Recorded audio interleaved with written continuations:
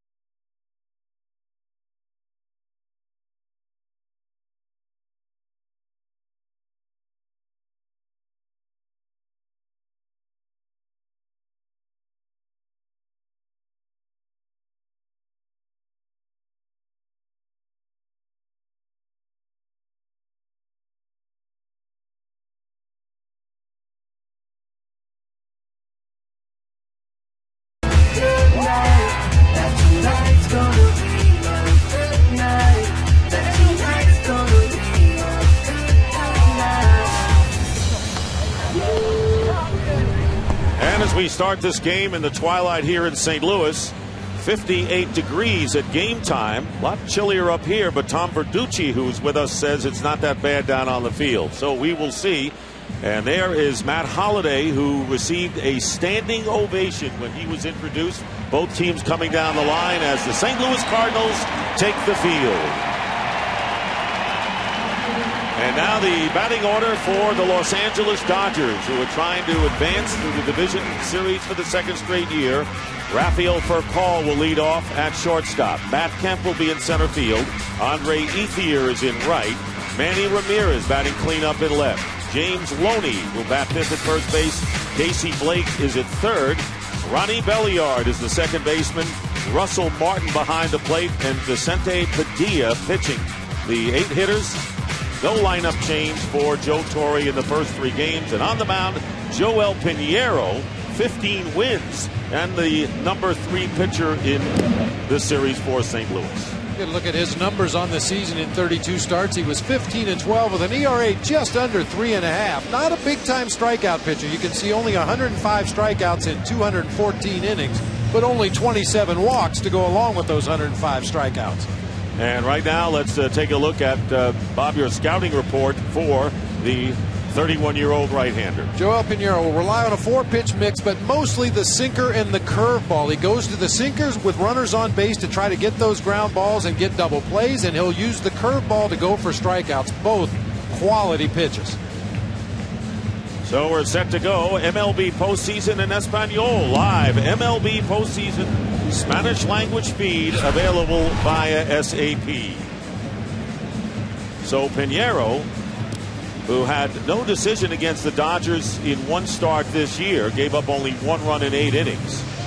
And in his career, 2-0 in 3 starts, will be facing the dangerous Rafael Furcal, who seems to emerge in postseason, just as he did last year. Switch-hitting Dodgers shortstop has set the tone for his team in the first 2 games. He has been on base 5 times in the first 2 contests and has 4 hits.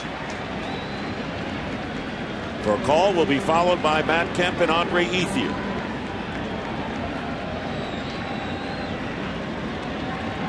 Third baseman Mark DeRosa playing several steps in at third to watch for the possible bunt. The first pitch in there for a strike. I'll tell you, Dick, in the first 2 games of the series with Carpenter and Wainwright pitching for the Cardinals, defensively, you don't know how many balls you're going to get hit your way because they're strikeout, fly ball type pitchers for the most part. Speaking of a fly ball, here's one to center field. Colby Rasmus battles his son. That will be a factor as it was in the twilight in Los Angeles, but early here as opposed to late in L.A. Let's take a look at the Cardinals in the field. Matt Holliday in left, Colby Rasmus in center, Ryan Ludwig in right. DeRosa at third, Brendan Ryan and Skip Schumacher at short and second, and Albert Pujols, the Gold Glover, at first. As you can say the same for Yadier Molina behind the plate, catching Pinheiro. And here is Matt Kemp. And the first pitch in there for a strike. Matt Kemp, who homered in the first inning of Game 1, has gone hitless in the last 8 times, including 4 strikeouts. He's seen a steady diet of breaking balls, and there's a curveball right there that stays inside off the corner from Pinheiro. I would imagine he's going to see a lot of breaking balls, unless there are runners on base when he's going to go to that double play grounder. And the pitch is fouled back. 1 ball and 2 strikes. That was 92 miles an hour. So Matt Kemp, who hit his first postseason homer, drove in his first playoff RBI in Game 1. That put the Dodgers in front 2-1, and they never trailed. Check swing, and the pitch misses, and it evens it 2-2. Now the difference defensively for the Cardinals today with Joel Pinheiro on the mound, they know they are going to be busy on the infield. He induces a lot of ground balls. And a foul at the plate, and the count remains 2 balls and 2 strikes. Matt Kemp, along with Andre Ethier, really emerging this year for the Dodgers, as Joe Torre managing his 131st postseason game. That's way ahead of everybody. Reaches out, and a slow hit grounder to Ryan, and the throw not in time. Off balance was Ryan fielding that ball, and Kemp is safe on an infield hit with 1 out. Boy, any hitter, especially a hitter with good speed like Matt Kemp, when you're fooled on a pitch and your momentum is carrying you out of the batter's box, you've got a much better chance of legging it out. Slowly hit ball. Ryan does everything he can to get the ball across to Pujols in a hurry, but Kemp with just too much speed down that first baseline. So the Dodgers with a base runner with one out, and here's Andre Ethier.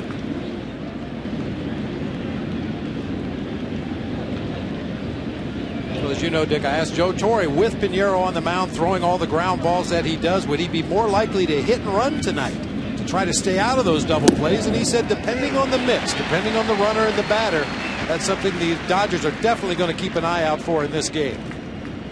There's Larry Boa, the third base coach, flashing the signals, and we'll see if the Dodgers go that way with good speed at first base with Matt Kemp.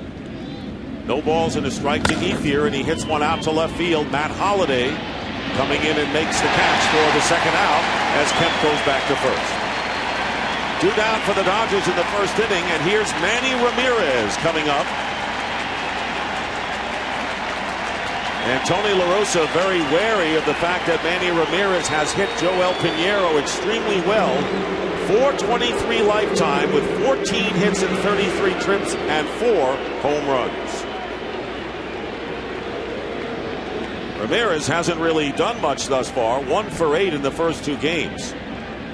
He's only hit a broken bat double. So 2 down, Kemp at first. And unlike Albert Pujols, who the Dodgers have been very, very careful pitching to, the Cardinals have gone right after Manny. And there's a shot up the gap in left center field, and that's going to go all the way to the wall, and they're going to wave in Matt Kemp. And here comes the relay, but nowhere near in time, and Manny Ramirez, as he has done against Pinheiro, hits him hard, and an RBI double gives the Dodgers a 1-0 lead.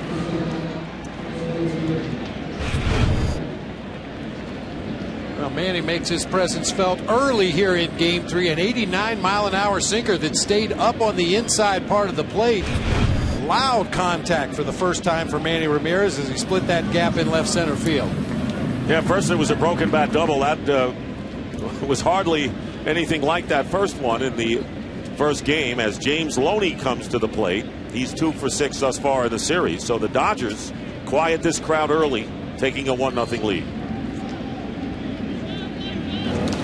And the ball getting away, no advance as Ramirez goes back to second. 1-0 the count to Loney. So Padilla hoping to wrap it up for the Dodgers in 3 straight, as they did against the Cubs a year ago in Joe Torre's first year as manager of LA. Remember, it was Loney who reached on the error by Holliday, who dropped the ball to open the floodgates in the 9th. There's a fastball and a strike, 1-1.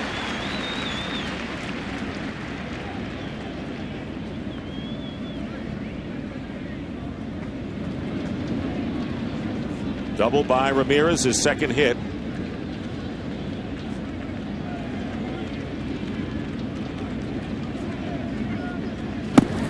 And that's down low, 2 balls and a strike. Also asked Joe Torre before the game today, who are your best low ball hitters? Because they figure to be the guys to have the best success against Pinheiro, and Loney was one of the guys he mentioned, along with Furcal, Manny Ramirez, and Andre Ethier. 2 balls and 1 strike to James Loney. The Dodgers with a 1-out single by Kemp and a run-scoring double by Ramirez, and the pitch is outside, just misses, 3-1. Well, this is a perfect example, Dick, of what we talk about with a pitcher expanding the strike zone. Pinheiro got a strike on the sinker on the outside corner, scooted it over just a little bit further. You keep probing until the umpire stops calling strikes. You know that's the edge of the strike zone. Casey Blake on deck for the Dodgers, and a line drive foul into the crowd. No National League team has ever rallied from an 0-2 deficit to win a division series. Joe Torre's Yankees back in 2001 managed to do it in the ALDS, beating the A's. So the crowd now begins their applause to urge on Joel Pinheiro with the count 3-2, 2 out.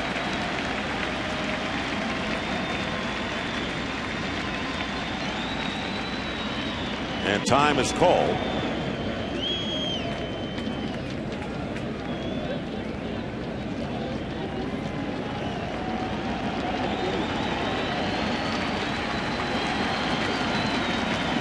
And once again, We've seen both teams have some issues with runners at second base as the catcher goes through a series of signs behind the home plate. When the pitcher shakes off, that's when we've had some issues. 3-2 pitch. And a fly ball to right field. Ryan Ludwig coming in close to the line, makes the catch to retire the side, but Manny Ramirez with an RBI double giving the Dodgers a 1-0 lead. The Cardinals coming up in the first.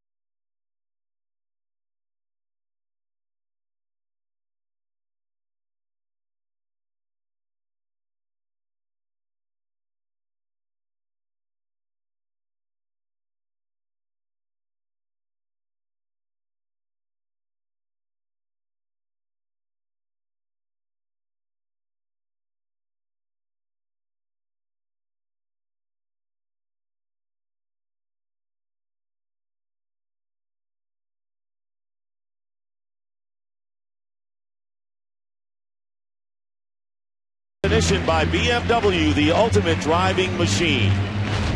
And here is the batting order for the Cardinals, and they've shifted it around a little bit. Skip Schumacher back in there. He'll be at second base. Ryan Ludwig batting second. Albert Pujols in his familiar number 3 slot. Matt Holliday hitting cleanup. Colby Rasmus moves up to number 5 in the order. Yadier Molina hitting 6th. Mark DeRosa in the 7th slot. Brendan Ryan batting 8th, and of course Joel Pinheiro batting 9th. Facing Vicente Padilla, the 32-year-old Nicaraguan right-hander. And his first pitch to Skip Schumacher is in there for a strike, a fastball. So there's Padilla, who was a perfect 4-0 for the Dodgers in 7 starts. And they like what they've seen. Very impressed with him in the count 1-1. As I mentioned earlier, Padilla, a guy that relies heavily upon his fastball. He also has a curve, a slider, a changeup. He has an extra gear on his fastball. Rick Honeycutt said he'll pitch at 92 to 93, but occasionally will bump it up to 96 or 97. Comebacker to Padilla, and Schumacher is retired for the first out. And the last point on that scouting report, Padilla will change arm angles. It's not unusual to see him drop down sidearm on a tough right-handed hitter with 2 strikes, throw a big sweeping breaking ball. He will invent pitches out there as necessary. Pitching in his first postseason in 11 major league seasons. So this has to be a thrill for him. And Ryan Ludwig, who is batting in the number 2 spot for the first time this year. And you know how often Tony La Russa changes his lineup.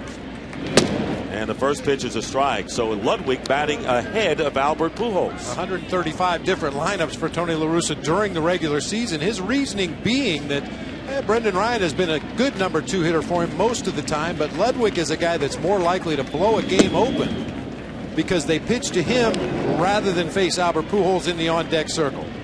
And that's always been a stickling point for Tony, to have a hitter in the second slot who can do damage.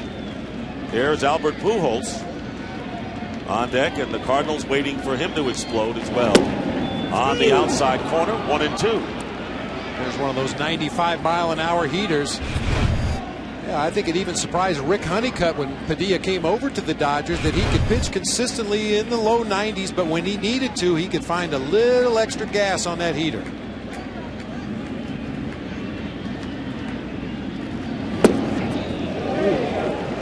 Two balls and 2 strikes to Ryan Ludwig. 3 for 8 with a run batted in, and he has scored a run. His RBI was in the first inning in Game 1 when he singled, giving the Cardinals a 1-0 lead, only to see that erased in a hurry by Matt Kemp's homer in the bottom of the first. And a line drive base hit to right field by Ryan Ludwig, doing exactly what Tony La Russa had envisioned. Ethier gets it back in, and here comes Pujols with 1 out and a runner at first.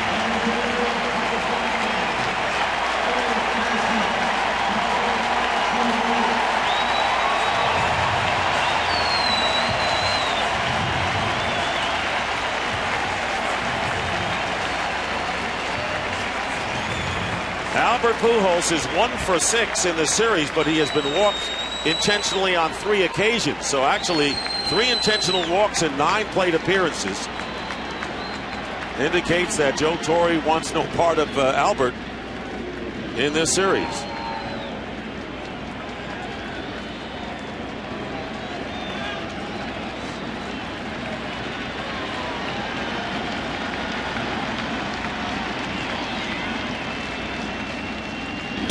One and 0. You can see Padilla working from the third base side of the rubber out there. It has a little crossfire action. That time Russell Martin was set up off the outside corner to Albert. Padilla's delivery sailed just off of the outside corner.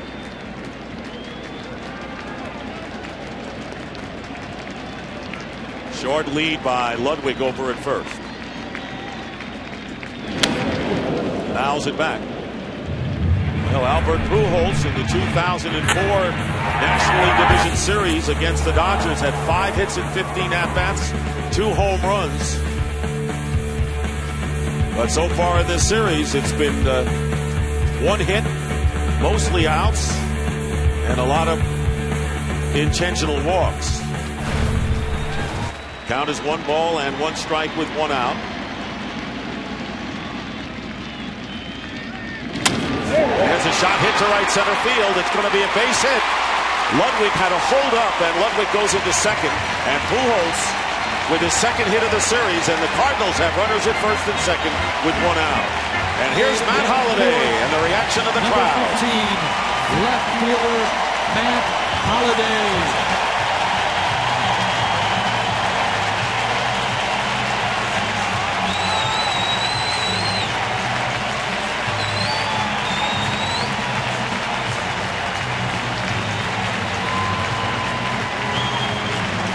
And you kind of knew the crowd was going to react this way, these great fans in St. Louis, even though Tony La Russa yesterday in his press conference said, I hope the crowd gives him a standing ovation. Unfortunate, dropped the fly ball, and that opened the opportunity for the Dodgers, but in no way did Matt Holliday lose the game for the Cardinals in Game 2. Well, they had plenty of opportunities to get that 3rd out in the 9th inning after the Holliday error, but they were not able to get it done. Holliday has left 5 men on base. He's got an opportunity here to reverse all that with runners at first and second, and 1-0 inside. A lot of fastballs in the early going from Padilla. So far he's been able to keep them out of the middle of the plate for the most part. But any major league hitter will tell you they love to hit that fastball. You just have to make sure you hit your spots.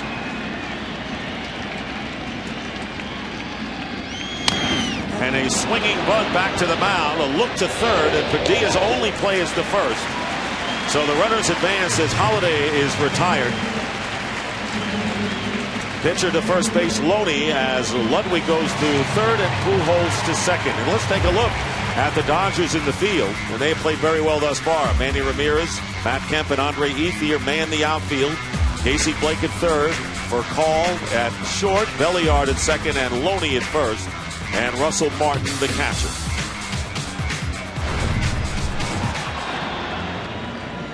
Well, Colby Rasmus, who is playing his 9th game in the number 5 slot, and he has responded this year by hitting .343 with a couple of home runs, and 2 runners in scoring position for the Cardinals in the first inning as Rasmus fouls off the fastball.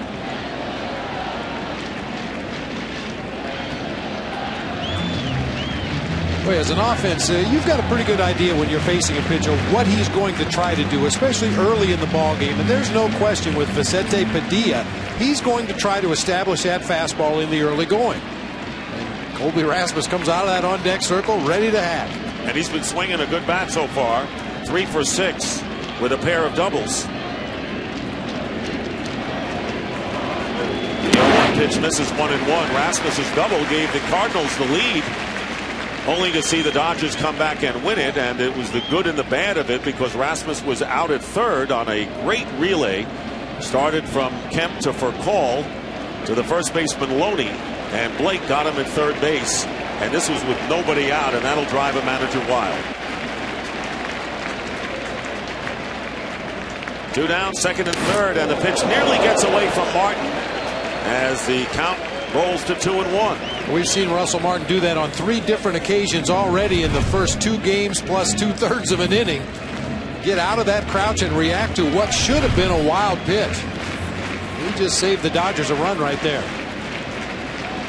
2 solid defensive catchers in this series in Molina and Martin.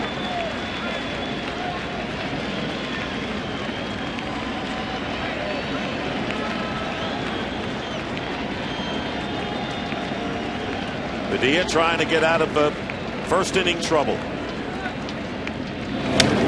Foul back on the screen. 2 balls and 2 strikes. Tony La Russa, who is 6-1 in the division series record. The only loss he had was to you, Bob, when you managed Arizona and beat him in 0-1. In fact, La Russa had never lost a second game until Thursday in LA, had been 7-0 in second games in the division series. Now, Tony actually lost that game to my players. Well, but you had to push the bright buttons. 2 balls and 2 strikes now, 2 out. Rasmus trying to get the Cardinals back even at least. Long look at Ludwig at third, and the breaking ball, and another good play. Another good stop by Martin, and the count grows full at 3-2. Well, I've talked about it at length in this series, the range of these 2 catchers. I mean, that ball is over in the left-handed batter's box, a breaking pitch, and Martin was set up pretty much in the middle of the plate. He's able to get over there in that left-handed batter's box and keep that ball from going to the backstop, and once again, saving a run. And Martin going to the mound to talk to Padilla, who has labored here in this first inning. Dodgers scored in the top of the first on Ramirez's double. Well, he's already shown his great range in this series. He's extremely quick behind the plate, which makes up for what I consider to be an average arm. He gets rid of the ball very quickly on stolen base attempts. Brian Ludwig is at third. Albert Pujols with the lead at second. 2 down, 3-2 the count to Rasmus, with Molina waiting to hit if.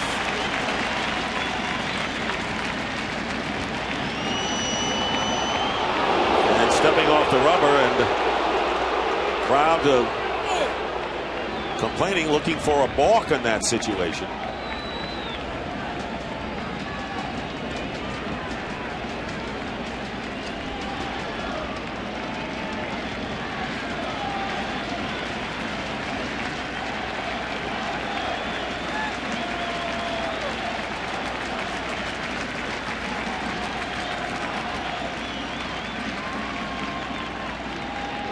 Three-two pitch. Ball 4 inside, and that'll load the bases for Yadier Molina. First walk issued by Padilla.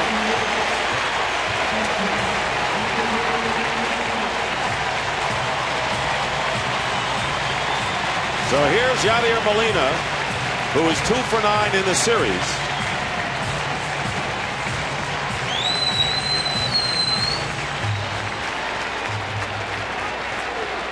And the Cardinals have them loaded with Ludwig at third, Pujols at second, and Rasmus at first. And during the course of the regular season, Yadier Molina had 15 at-bats with the bases loaded, had one base hit, an .067 batting average in these situations. And you might say with the bases loaded, he could be due because he has yet to hit a grand slam in his career. And the 20th pitch is upcoming from Padilla here in the first inning against the Cardinals.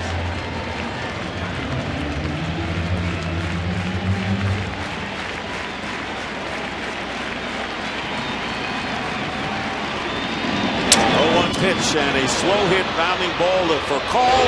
He makes the play to retired Molina, and the Cardinals are now 3 of 25 with runners in scoring position. Dodgers lead 1-0 after 1.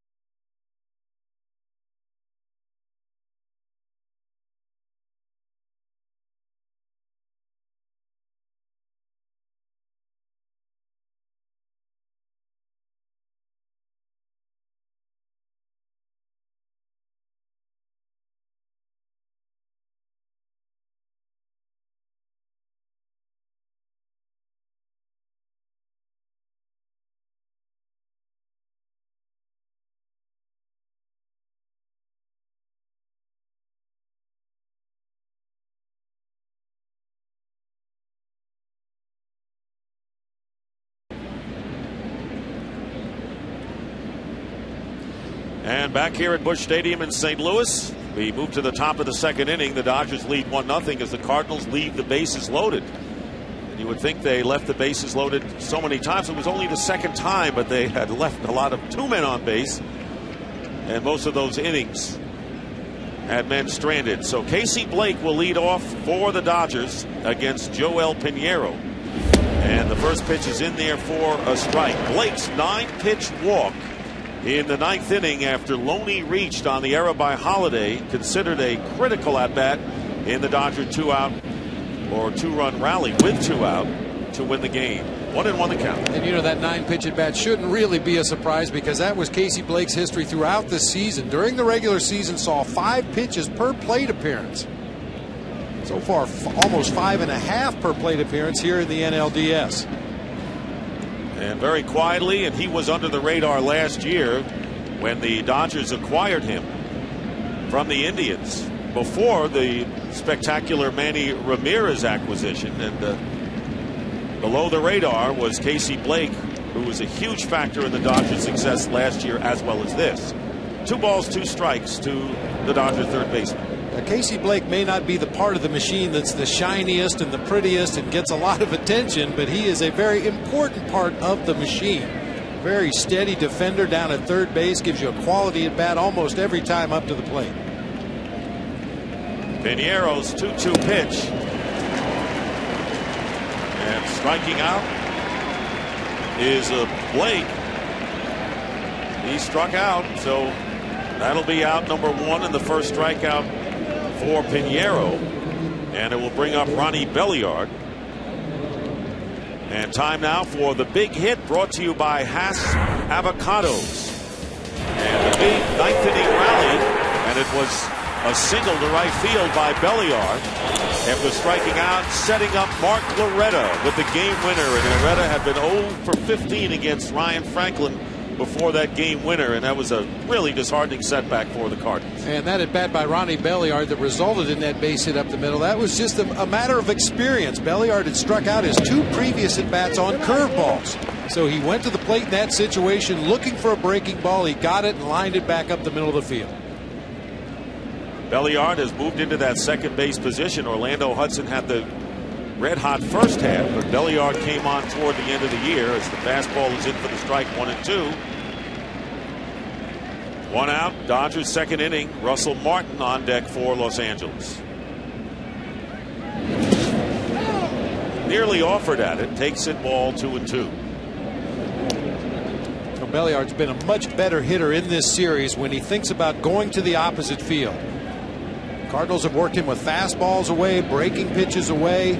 Especially in the first game of this series, he was trying to pull everything. He finally conceded and started to drive the ball the opposite field. That's when he's at his best. Don Mattingly, the Dodger pitching coach, and reaching for that one and just getting a piece of it to stay alive at 2 balls and 2 strikes. Don Mattingly and Joe Torre were together with the Yankees. And an outstanding hitter and a great hero for the Yankee franchise. It was funny when I asked Joe Torre who his best low ball hitters were. He said if you asked Don Mattingly, he'd say none of them. And there's a grounder hit to third base, and DeRosa makes the play. Yeah, the point was Don Mattingly, one of his theories as a hitting coach is to get pitches up in the zone. He wants all of his hitters to look for pitches up.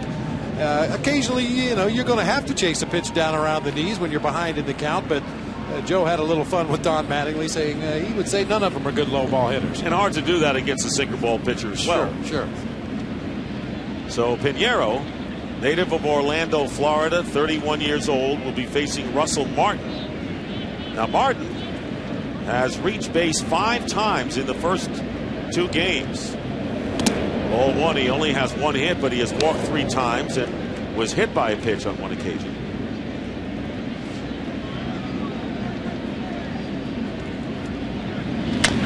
And a chopper to shortstop. Ryan, very smooth in that position, throws out Martin. A 1-2 inning for Piniero, and the Cardinals come up in the second, trailing the Dodgers 1-0.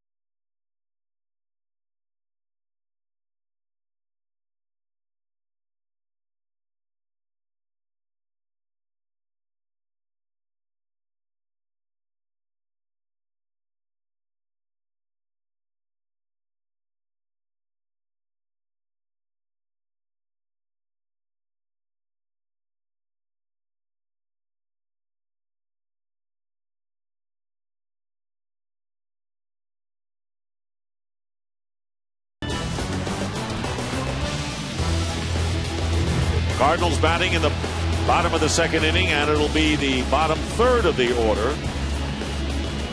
Mark DeRosa leading off. Dodgers in front of the Cardinals 1-0. Cardinals left the bases loaded in the first. And the first pitch is a strike to DeRosa, who has been the best hitter for the Cardinals in the first 2 games of the series. He has 5 hits in 9 trips, run batted in, and has scored a run.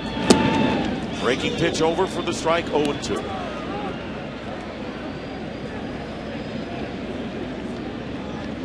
Boy, frustrating for a hitter when you fall behind 0-2 in the count before you even have a chance to get comfortable in that batter's box. DeRosa stepped out to take a deep breath before battling against Padilla on this 0-2 pitch.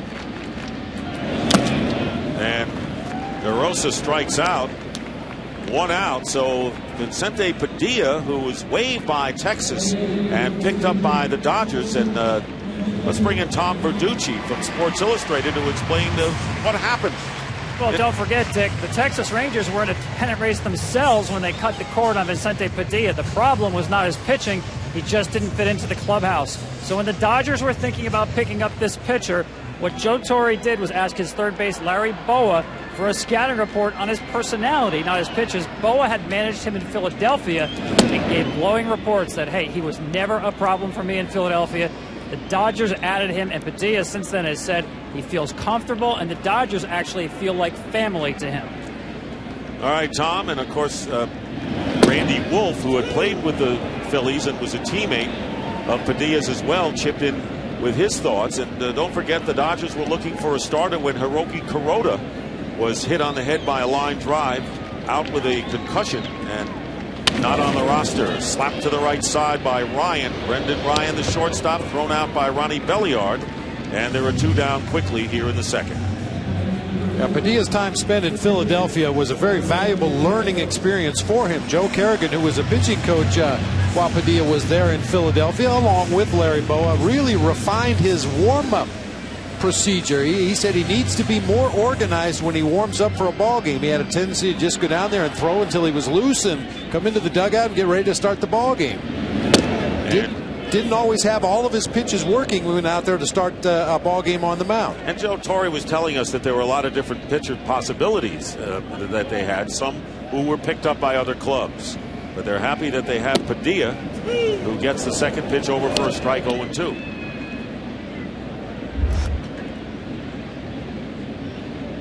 Pretty consistent. No balls and 2 strikes. He's in a rut. A rut every pitcher wants to be in. Absolutely.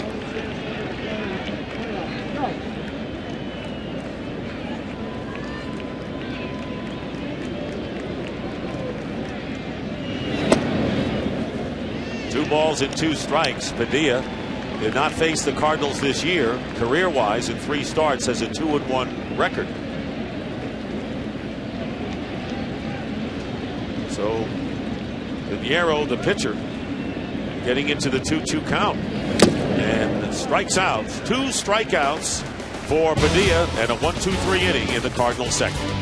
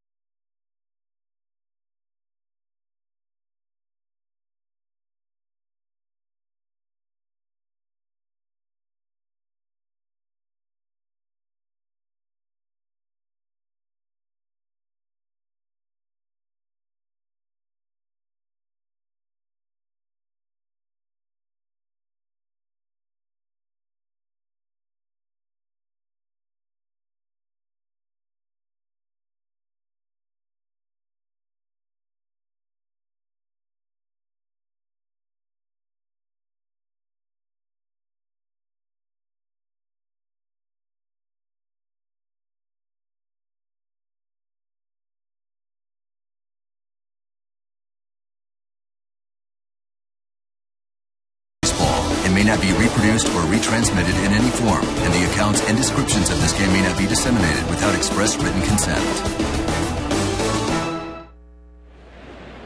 And Joel Pinheiro will be facing his opposite number, Vicente Padilla, the number 9 hitter.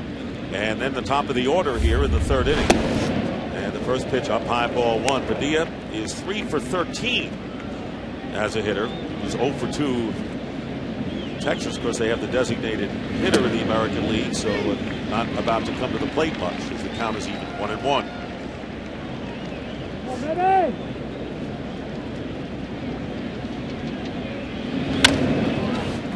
Chopper, big hop to Brendan Ryan, and Padilla's retired, 1 out in the 3rd. Well, tomorrow on TBS, Division Series coverage continues with a full slate of action. First up at noon, Angels-Red Sox series shifts to Fenway Park for Game 3.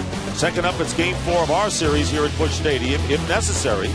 Then the Yankees and Twins battle in Game 3 of their series from Minnesota at 7. And in the nightcap, it's Game 3 of the Phillies and the Rockies, weather permitting. Of course, that game postponed early today because of inclement weather. What a surprise in Denver. The weather outside is frightful.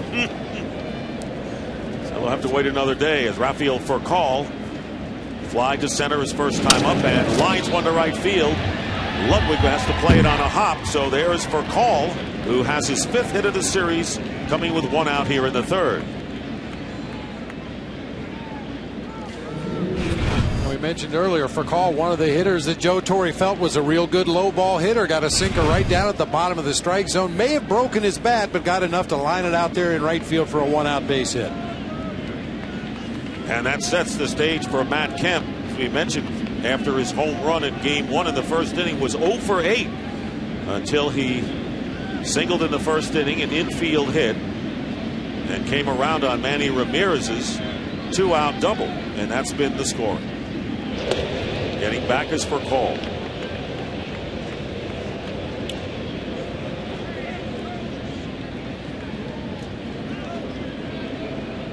...101 RBIs, and the first time on any level in his career that Matt Kemp drove in at least 100 runs. Yeah. Oh, come on. 1-0 the count to the Dodgers center fielder. Well, and if you are thinking hit and run, these are the kind of counts you look for. 1-0, 2-1, obviously 2-0 and 3-1, depending on the hitter at the plate. But we'll see how aggressive Joe Torre wants to play it tonight against Pinheiro.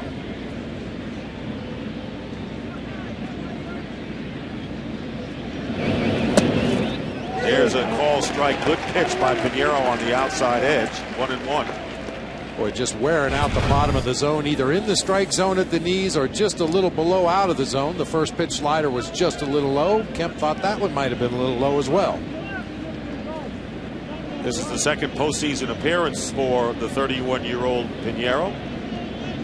Appeared in 1 game in relief in the ALCS in 01. There you go. Kemp misses 1-2 now. As you look in at the signs of Yadier Molina for Joel Pinheiro, when you see that index finger come down and wiggle around, that's the sign for the sinker ball, the 2-seam fastball, actually a 1-seam fastball the way he throws it, but that's the one that's going to move down and into the right-handed hitters. And they're going away with a fastball here. And he's out of there. Pinheiro hitting the spots impressively against Matt Kemp, and there are 2 down. Just a little comeback movement on that sinker, maybe just a hair off of the outside corner, but well located, hit the catcher's target, and got the call for Mike Everett. Strikeout number 2 for Pinheiro, and it brings to the plate Andre Ethier, who fly to Matt Holliday in left.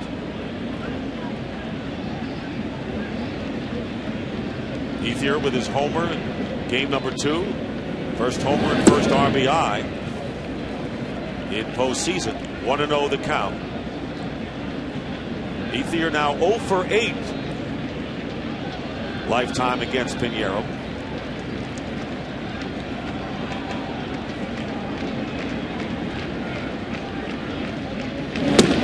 And a call strike 1-1. 2 down, and for call on at first base.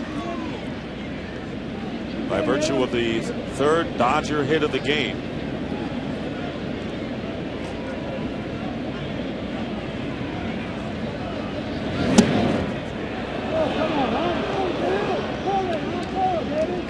So it's 2-1 now to Ethier with Manny Ramirez on deck.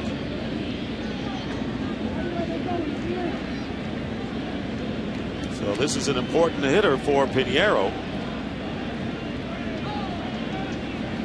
Would rather obviously face Manny in the leadoff shot next inning. And this ball getting away, no advance by Furcal, and the count runs to 3-1. I'll tell you, Dick, there was a time in Rafael Furcal's career that there's no way he would have been at first base this long. He's only stolen 12 during the regular season in 18 attempts.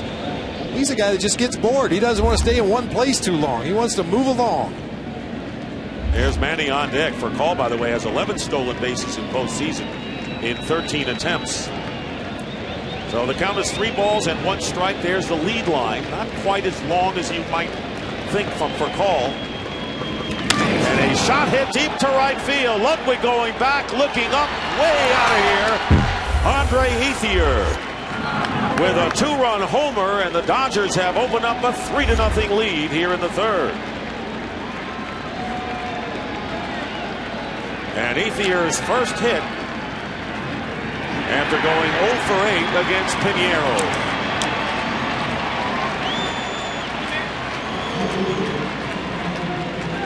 Another one of the Dodger hitters that Joe Torre warned us about being a good low ball hitter. That one is actually elevated up in the middle of the plate away from Andre Ethier. He gets tremendous extension. No doubt about where that one was headed. So Ethier with his second home run in the series. And Manny Ramirez will be up, and he lines another shot to left center field. And this time it's Rasmus cutting it off, going to second. Here comes the throw, not in time. And Manny Ramirez with his second straight double. As the Dodgers have pounded on Joel Pinheiro here, a 1-out single, and after a strikeout, 2-run homer, and Ramirez in scoring position. 2 at-bats for Manny in this game, 2 doubles, and both times he attacked the first pitch he saw from Joel Pinheiro. That one looked like a sinker that was actually inside off the plate. Boy, that is a great sign for Don Mattingly, Joe Torre, and the Dodgers that Manny was able to get to that pitch and line it into the gap in left center. So there you see, very pleased in the Dodger dugout is Don Mattingly as James Loney comes to the plate with 2 out. And Ramirez at second. Pitch is taken for a ball. He did not go around as Tony Randazzo, the third base umpire, had it from that angle. So this crowd has been stunned and quieted as it gets cooler here in St. Louis. Dodgers lead it 3-0. And a slow hit bounding ball to the right side. Pujols flips to Pinheiro and safe. And Manny is on at first base. Well, you can see the frustration in the body language of James Loney as he came out of the batter's box, but that's why you run him out. You never know what's going to happen over there. Good feed to Pinheiro. He wasn't quite sure where he was in relation to the base, and looks down before he catches the baseball. As it hit off the side of his glove. So the Cardinals making the error on the fly ball in the 9th inning in game number 2, and now the error charged to Pinheiro. So the runners now at first and third, and Casey Blake, who struck out his first time up. So it's turning into a recurring nightmare for the Cardinals at this point, leaving men on base. They left the bases loaded in the first inning. Manny has hit Pinheiro very well over the last several years. There's a ground shot to third base, and going to second for the force is DeRosa. But the Dodgers get 2 more runs. First one coming on Andre Ethier's homer, knocking in for call. 3-0 in the third.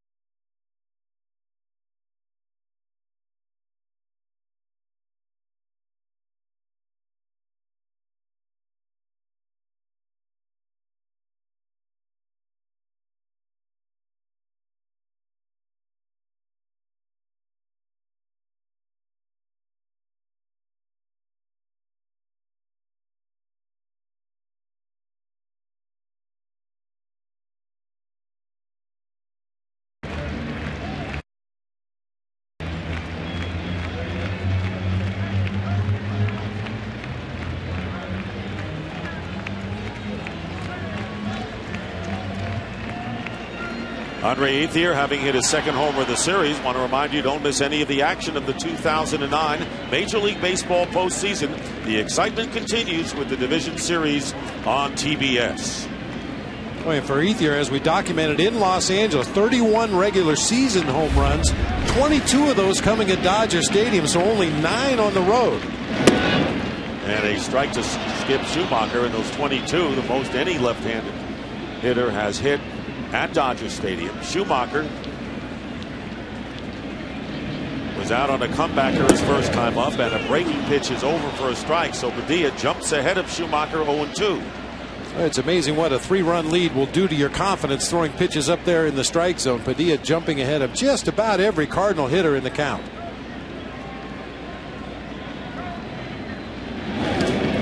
One ball and 2 strikes. Schumacher will be followed by Ludwig and Pujols. Tony trying to work Mike Evert behind the plate a little bit and establish that strike zone. What he feels will be equal for both ball clubs. He thought that second pitch, the breaking ball to the outside corner, might have been a little away.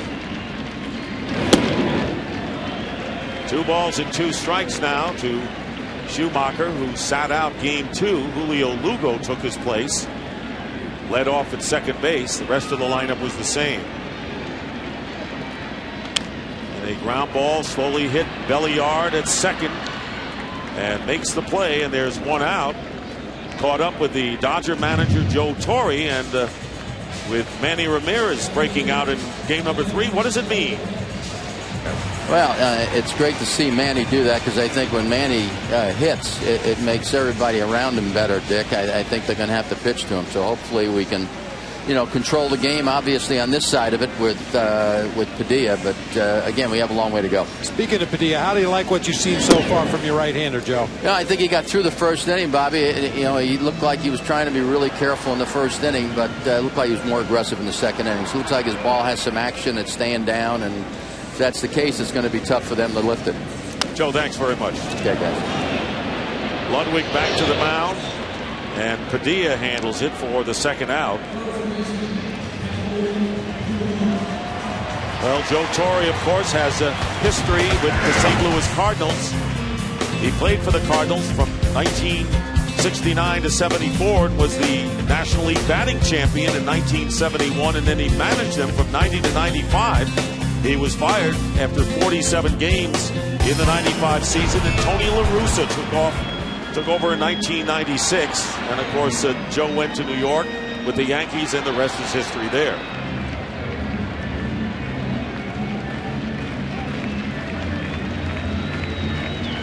Two down, Albert Pujols singled his first time up. Coming up with the bases empty here in the 3rd inning. And a foul off of the foot of Russell Martin shakes him up. And the thumbs up saying, I'm okay.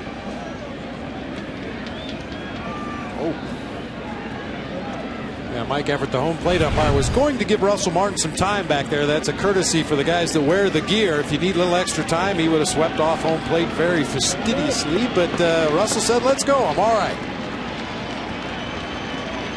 The 0-1 to Pujols. And the breaking ball, 1 strike. There you see Albert Pujols in the critical games, the 9 games facing elimination versus the others. Lines it foul. A souvenir for a Cardinal fan.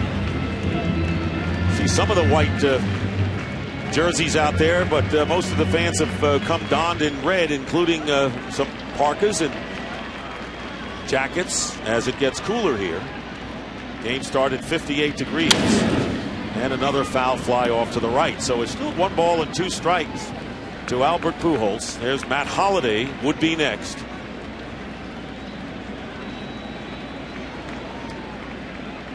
Well, it goes without saying, these are the kind of situations where you want Albert Pujols. Nobody on base. Try to minimize the damage. Even though he hasn't done much so far in this series, you know Albert is a powder keg waiting to explode. And as Joe Torre said, it is still very early in this game, although the Dodgers 3 runs on 5 hits and a time called, and Martin going to the mound to talk to Padilla. You know, it was interesting when Tom Verducci talked about how he was, kind of divisive. And I think when you go to a club that's going for a pennant, a lot of that gets buried. And I know from your experience that it depends on what team you're on often. Well, it just depends on how personalities blend together over the course of a season. Sometimes guys just don't quite fit together the way you would like them to for whatever reason. It's not that it was Padilla's problem. Maybe it was one of his teammates. Who knows what the real story is, but you're absolutely right. When you get a fresh start with a new ball club that's looking forward to the postseason, you take it as such. And Vicente Padilla has come over here to L.A. and really done a great job.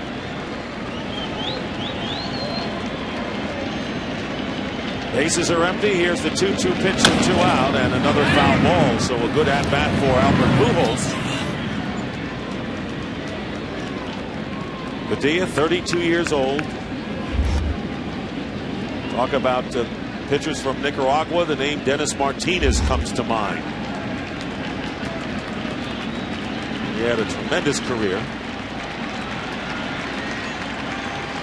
Again, the 2-2, and another foul ball by Pujols. 46 pitches have been thrown by Padilla, and we're in the third inning still. Well, you mentioned El Presidente, Dennis Martinez, with 245 victories at the major league level, and Vicente Padilla gives Dennis Martinez a lot of credit for refining his slider, making it a much more usable pitch. And the count is full to Pujols, 3-2. Martinez, of course, had a sparkling career with many clubs and very effective in postseason.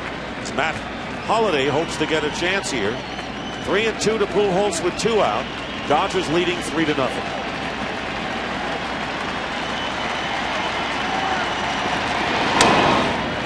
And it's popped up to the middle of the infield, and for call, says it's his, and a 1-2-3 inning. So 7 in a row set down by Padilla. And we go to the Dodger fourth. It's 3-0.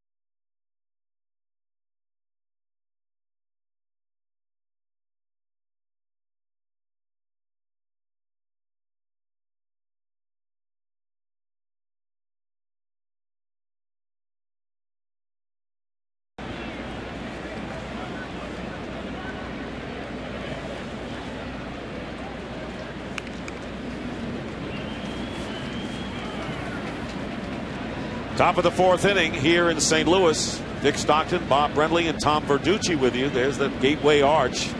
Beautiful ballpark, Busch Stadium.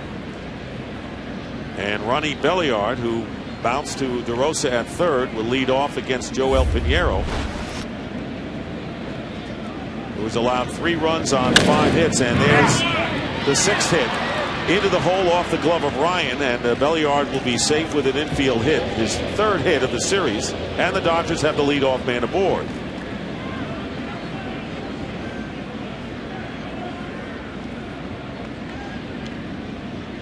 That'll bring up Russell Martin. A lot of early pitch hacking against Joel Pinheiro. This one came on a pitch that stayed on the inside part of the plate, able to squeeze it past DeRosa and Ryan out into left field for a leadoff hit. Martin bounced to short his first time up. And this is an important inning for the Cardinals. There goes the runner, Belliard going, and the pitch is fouled at the plate for a strike. Did not have that good a jump. I think that was a hit and run, Dick. I don't think he was meant to get a good jump over there. He wanted to make sure Pinheiro delivered the ball to home plate before he broke for second.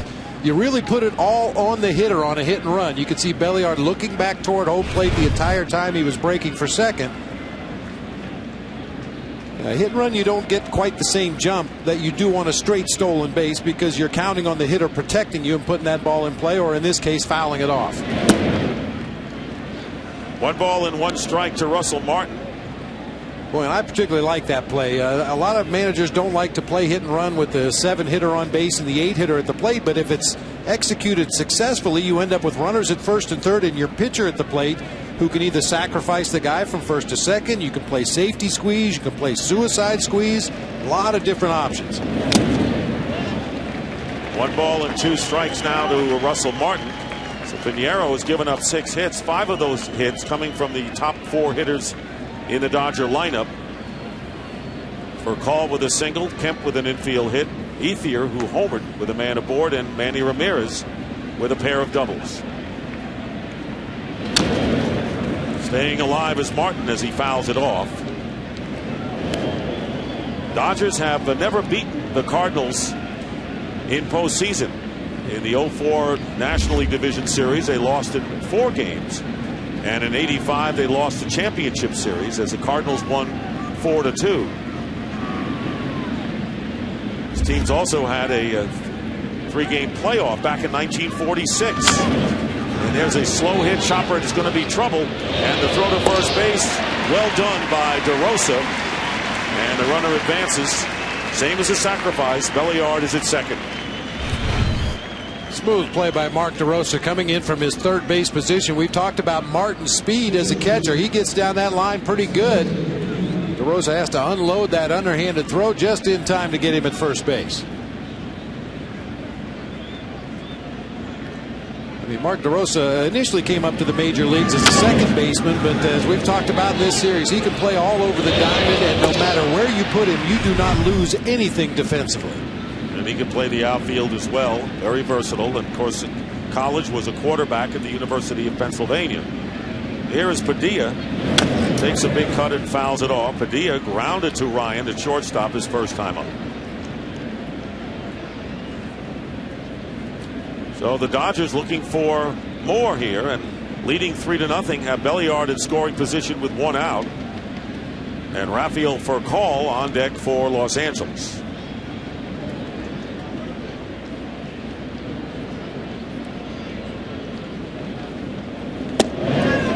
Strike 2, 0-2 to Padilla.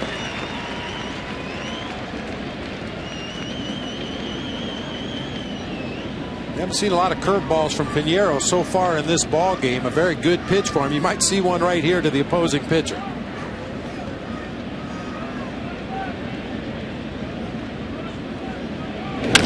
Ground ball to shortstop, and Belliard has to go back to second as Padilla twice has grounded out to Ryan, and there's 2 down with Belliard at second, and Furcal will be coming up. Speaking of coming up later tonight after our game, it's Inside MLB presented by Captain Morgan with Ernie Johnson, Cal Ripken, Dennis Eckersley, and David Wells.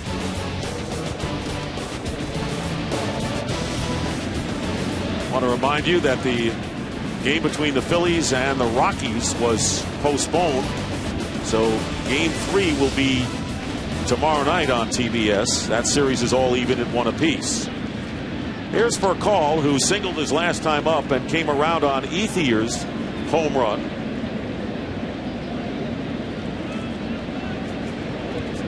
One for 2 thus far.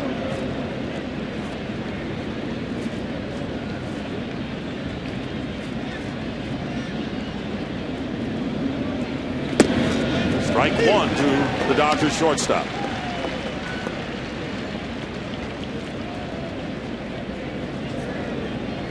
Dennis Reyes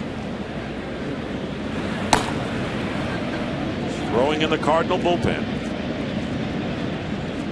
Cardinals do whatever they need to do tonight. They've got to win this game to avoid elimination. This could be the last game of the year for them, and they'll use anybody to try to salvage the game. Yeah, Reyes probably getting ready in the event that the Dodgers get Andre Ethier to the plate in this inning, and the Cardinals would be in trouble if that happens.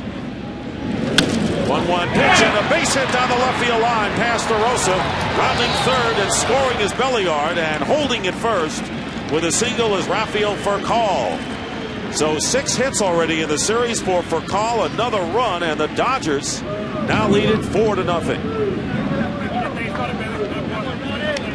I'll tell you what we've seen in this series, Dick. A couple of hitters, Rafael Furcal and Ronnie Belliard, who are notoriously free-swinging pull hackers, going to the opposite field with effectiveness. That ball just past DeRosa down the third base line, driving in Belliard from second base. So the Dodgers are getting to Pinheiro. 15-game winner, but keep in mind that Pinheiro did struggle in his final 7 starts in the regular season. He had a 2-3 record, and his ERA was just about 5.00, just under that. Chop foul by Kemp at the plate. 0-1 the count. Kemp is 1 for 2. Singled in the first inning and came around on Ramirez's double. Oh, those big 2-out runs, you feel like you're 1 pitch away from getting out of an inning, and the Dodgers have been able to come with some big 2-out base hits in this series. And that's exactly what the Cardinals have not done. Leading men on base, they left the bases loaded in the first inning. So another big opportunity. They left the bases loaded in game 1 in the first inning, when they were only able to score 1 run. 2 strikes the count to Kemp. Looking at Chris Carpenter in the Cardinal dugout, he will start if necessary if the Cardinals can win this game. Game 4 tomorrow. Right now that's an uphill climb as Kemp strikes out for the second time, and the side is retired, but the damage done.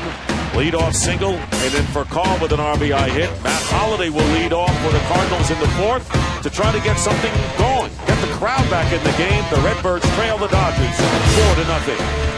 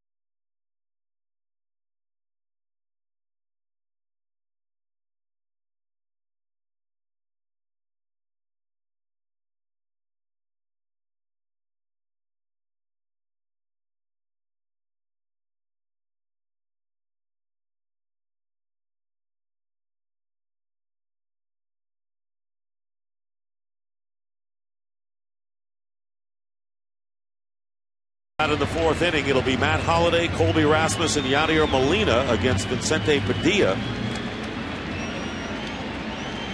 Holliday hit one back to the mound his first time up, now 2 for 9 in the series. And takes a strike, has a solo home run. And that was in Game 2 Thursday in Los Angeles.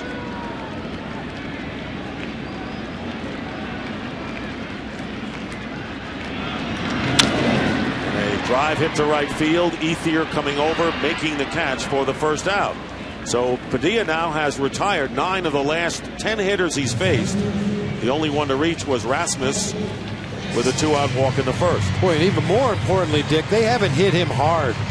A lot of balls cued off the end of the bat, a lot of jam shot ground balls to the infield. The Cardinals just seem to be having problems getting the barrel of the bat on Padilla's offerings here tonight. Thrown 50 pitches thus far. Here is Rasmus, who drew that walk. And a fair ball past the dive of Casey Blake into left field. And Rasmus is going to try to go to second as Ramirez gets it in. And a 1-out double, third hit of the game for the Cardinals. And for Rasmus, that is his third double of the series. Well, with all the attention we paid to Ludwig, Pujols, and Holliday, it might be the rookie Colby Rasmus that gets this Cardinals offense jump-started. Very similar to the Rafael Furcal base hit just past the diving Casey Blake, this time into left field for a double. So Rasmus 4 for 7. As the Cardinals try to make some noise here against Padilla and Yadier Molina, who bounced to short his first time up.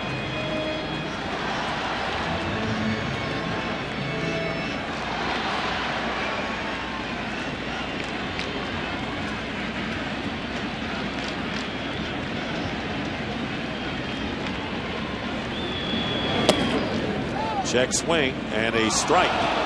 Jeff Nelson indicates that Molina had gone around. Good look from the side angle. A fastball that just continued to run in on Molina. He tried to check his swing in the estimation of Jeff Nelson. He did not. Reyes continues to throw in the Cardinal bullpen.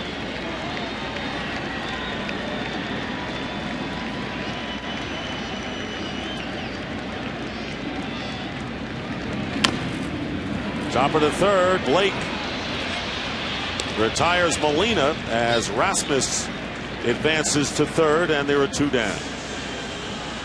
They got the check swing on a fastball inside, comes right back with another heater, tailing inside off the plate at 93 miles an hour. A weak ground ball down the third baseline to Casey Blake. Well, Padilla is just having his way against this Cardinals offense tonight. And of course, looming is that great Dodger bullpen. For however long Padilla can go, the Dodger bullpen has been impeccable so far in this series. As Mark DeRosa steps to the plate, struck out his first time up. Rasmus at third with 2 down, 4-0 Dodgers. Ball 1 to DeRosa. DeRosa has faced Padilla more than any other Cardinal. This is the 24th time he has faced the right-hander and only has 4 hits in 23 trips. And a comebacker, a line drive, and that'll do it. So the Cardinals leave a runner at third, and we move to the 5th. The Dodgers lead the Cardinals 4-0.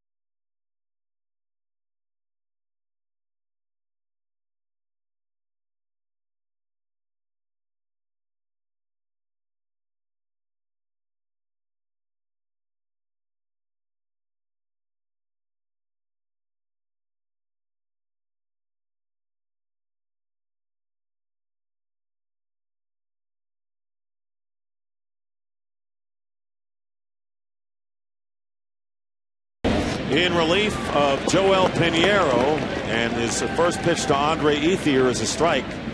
So Reyes, who led the Cardinals with 75 appearances, matching his career high that he set last season.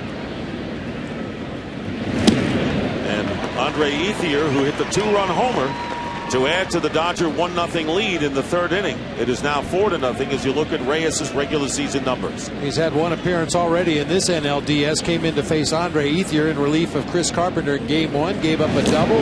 Ethier later came around to score on a hit by pitch of Russell Martin with the bases loaded.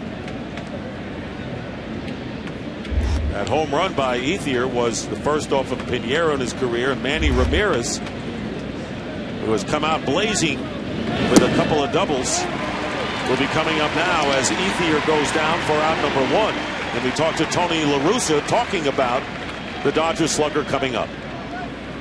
2 first pitch strikes. You know, one of them was a 2-out double.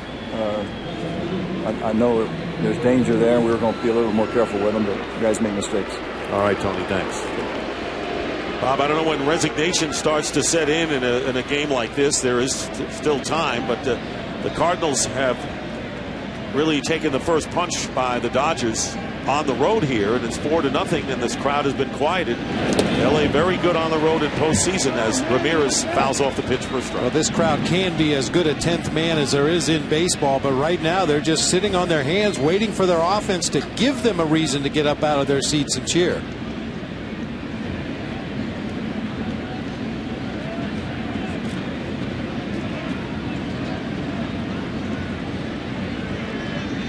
Right now, the picture tells it all. And a strike 0-2 to Manny Ramirez. Jason Mott, rookie right-hander in the Cardinal bullpen.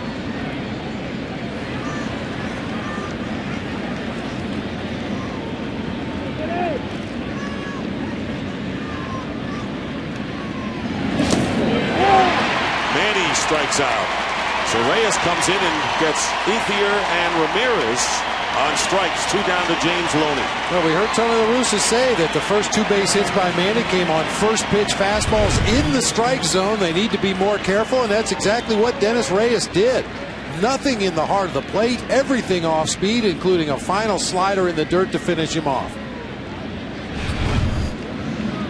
So with 2 down, James Loney, who flied out and was safe on an error as Pinheiro dropped the toss from Albert Pujols, and strike 1 to Loney. So Reyes coming out blazing here.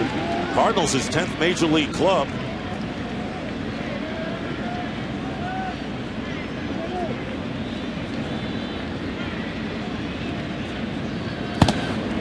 One and 1 to Loney.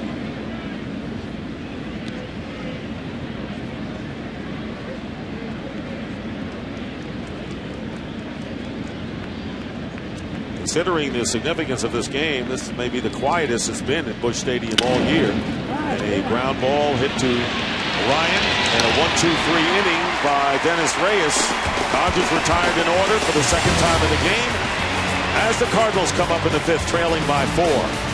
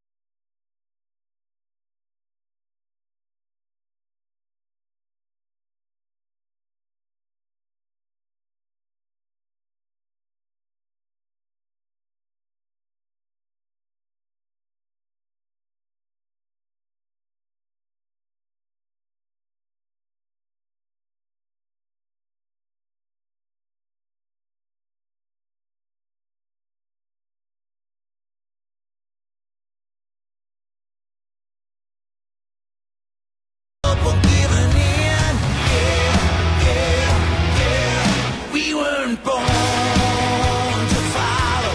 Come on and get up off your knees when life is a beat. And welcome back to Busch Stadium in St. Louis. The Dodgers leading the Cardinals 4-0. They have 7 hits.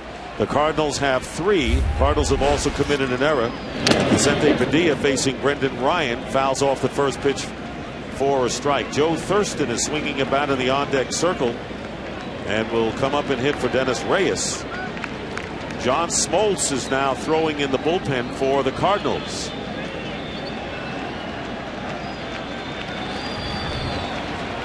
Tony La Russa said that he would have Smoltz in there. He did not anticipate him warming up with his team down 4 runs, however. And the pitch is down low, 1-1. You see the Cards offense, pitches per plate appearance during the regular season, over 4 pitches per plate appearance for everybody involved in the Cardinals offense. And as you can see throughout this NLDS, more and more impatience and aggressiveness as the series has gone on. Ground ball hit to Belliard, and Ryan is retired. And there is a 1 away here in the bottom of the 5th inning, and Padilla is giving the Dodgers everything and more that they expected. And when Kuroda went down, they went with Padilla, and he's delivering right now big time. Well, his command is really good tonight. That's always a key for Vicente Padilla, his ability to spot that fastball on both sides of the plate, stay along the bottom of the strike zone, and up to this point, he's been able to do that effectively. So Joe Thurston is coming up to pinch hit for Reyes. Thurston hit .225 this year with 1 homer and 25 runs batted in. And the first pitch taken for ball 1. He was 8 for 35 with 3 RBIs as a pinch hitter, drafted by the Dodgers in the 4th round back in '99. And the former minor league player of the year for the Dodgers. And takes a big swing, and this is 1-1. Well, the Cardinals put together back-to-back hits, and it was a very hopeful first inning after the Dodgers had scored a run. And Rasmus had walked with 2 out, and Padilla got Molina on a ground ball to end the threat, and the Cardinals left the bases loaded. Well, and once again, the real key at bat in that first inning, after 2 men had reached with 1 out, was Matt Holliday grounding weakly back to the mound on a broken bat. The walk to Rasmus, as you mentioned, loaded the bases for Molina, but boy, you'd like to see those guys in the middle of the order start to step up and drive in some runs if you're the Cardinals.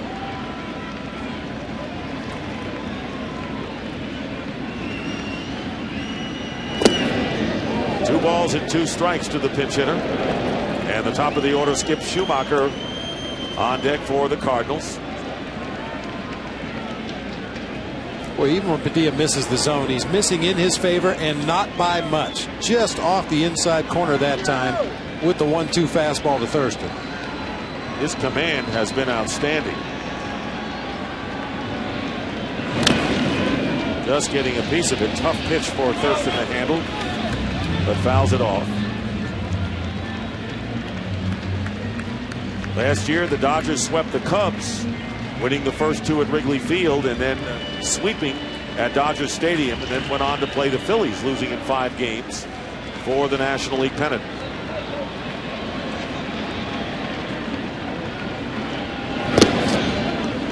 And a full count now to Thurston.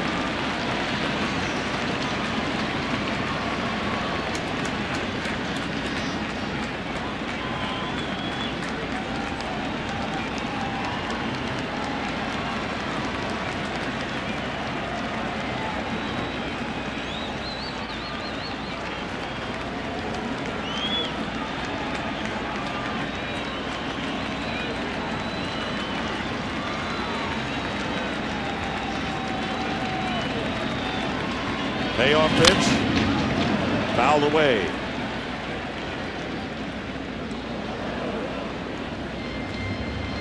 One of the better at bats we've seen in this ball game for the Cardinals, and it comes from a guy making his first appearance in this division series.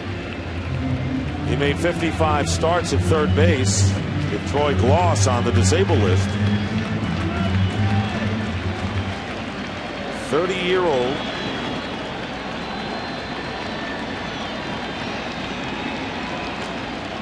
And with one out trying to get aboard, and strike three, and a fastball, and Thurston running down to first base thinking it was ball four, and Tony La Russa yelling at Mike Everett, the home plate umpire, saying the ball was up high. Well, I think Pitch Tracks is going to say otherwise. The pitch is at the top of the strike zone right there. Maybe some wishful thinking on the part of Thurston, hoping he could influence Mike Everett by starting down that first base line, but to no avail.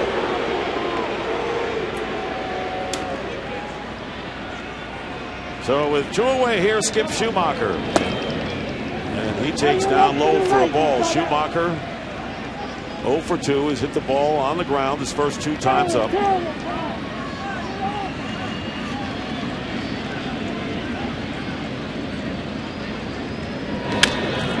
In the air to left field, Manny Ramirez going back. There to make the catch on the edge of the warning track to retire the side. A 1-2-3 inning for Padilla. We've completed 5. The Dodgers looking to sweep, lead the Cardinals 4-0.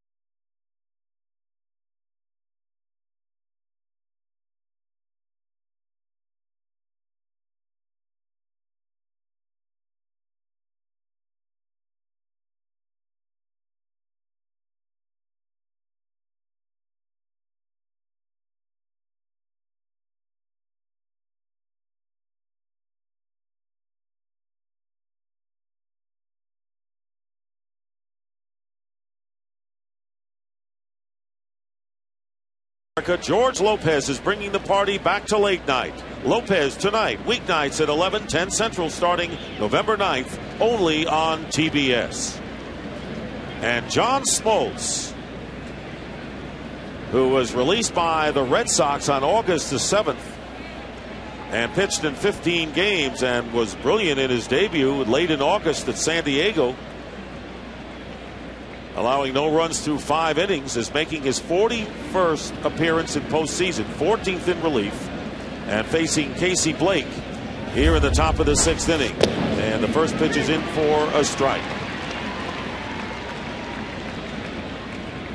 Blake struck out and was safe on a fielder's choice. And the count 0-2.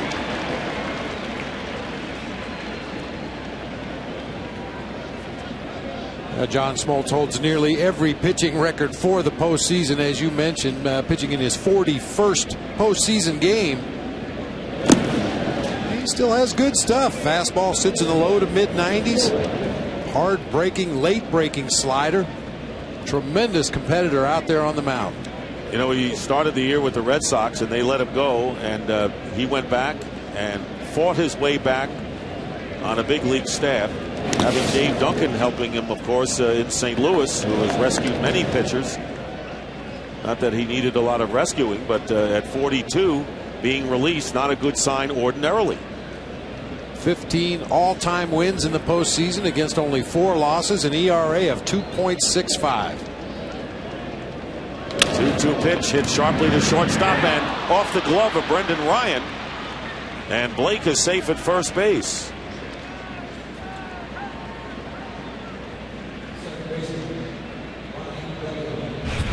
And it's a base hit for Blake.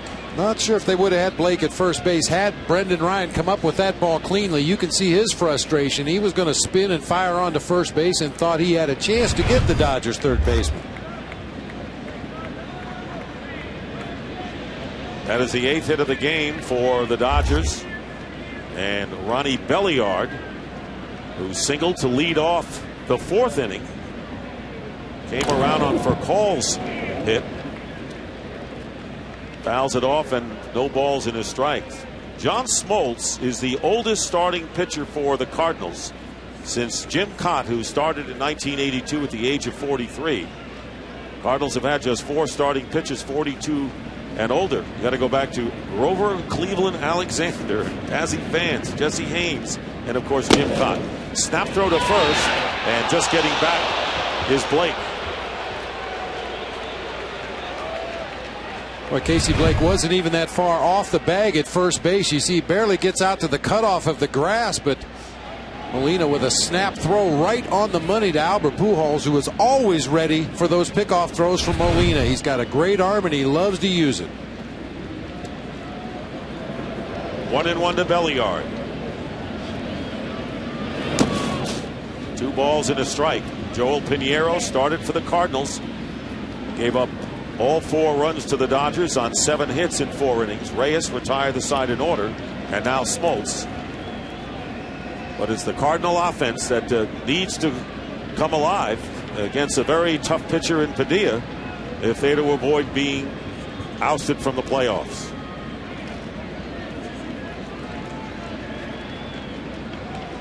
Runner goes, and the pitch fouled off.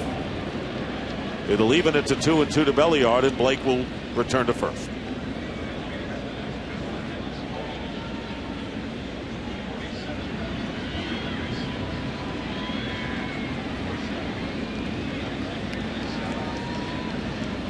Well, this crowd here in St. Louis, they had 35 sellouts this year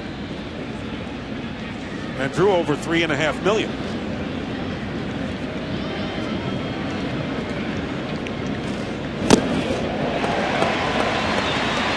Strikeout victim is Belliard for out number 1. Here's tonight's Travelers mid-game recap. Manny Ramirez doubles in the first inning to score Matt Kemp. And then Andre Ethier hit a 2-run homer in the 3rd inning. And then Rafael Furcal drove home the 4th Dodger run in the 4th inning, and that's where we are. The Dodgers with 4 runs on 8 hits. Cardinals no runs, 3 hits. And the first pitch to Russell Martin in tight ball 1. Martin has bounced out twice. In a limited sample size, Russell Martin is one Dodger hitter who's had some pretty good success against John Smoltz. 4 for 6 lifetime. And the call, strike 1-1. Tom Verducci, when Smoltz was released by the Red Sox, what transpired so he'd come to St. Louis? Well, Dick, he was down in the dumps, obviously, went home, wasn't sure if he was going to pitch again. But you know what? Game 7 of the '91 World Series, one of his signature games against Jack Morris, happened to pop on the TV, and he sat down and he said, I need to watch this game again. I've never seen it in its entirety to feel good about myself. He sat down with his wife in front of the TV, and the power promptly went out in his house. The power stayed off. It came back 3 hours later after the game was completed. He still hasn't seen it.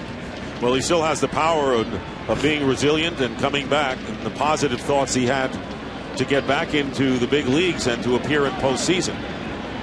throw to first base, and Blake gets back.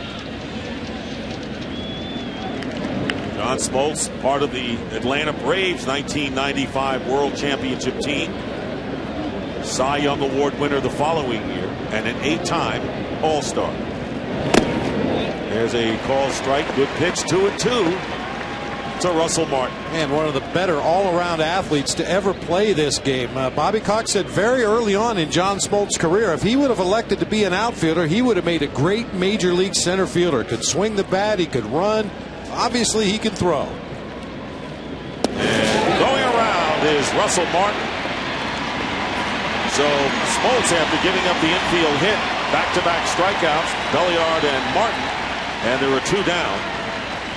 Boy, what Smoltz has done so far in this game is show his fastball inside off the plate and then a steady diet of sliders to the right-handed hitters in this inning. So 2 down, a runner at first. Padilla's up. Visit TBS Hot Corner at MLB.com/TBS Hot Corner. A fly ball left field and going out of play. You can sign up and watch live companion coverage of this game and every MLB postseason game on TBS Hot Corner. That ball was hit pretty good right there off the bat of Padilla. Just jumping on a first pitch fastball, swinging hard, close your eyes. Just did hook foul down in that left field corner. 1-1 to the Dodger pitcher. Smoltz, the third hurler for the Cardinals. Just trying to keep the Dodgers at bay, but the Cardinal hitters have to come around, and they have some heavy hitters coming up when they bat in the 6th inning as Ludwig, Pujols, and Holiday will face Padilla. 2 balls and 1 strike.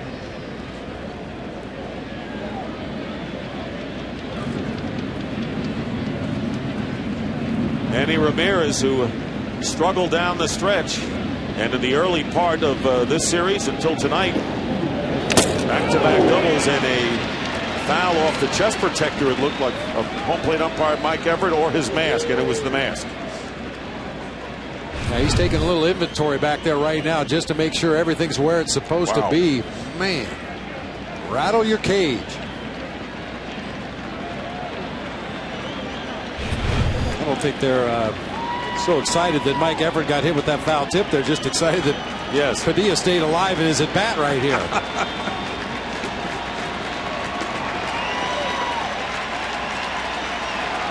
I'm with you on that.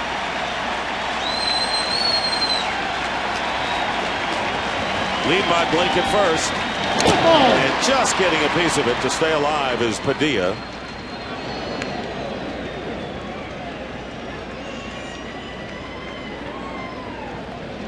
Dodgers have left 4 on base, as have the Cardinals, but 3 coming in the first inning.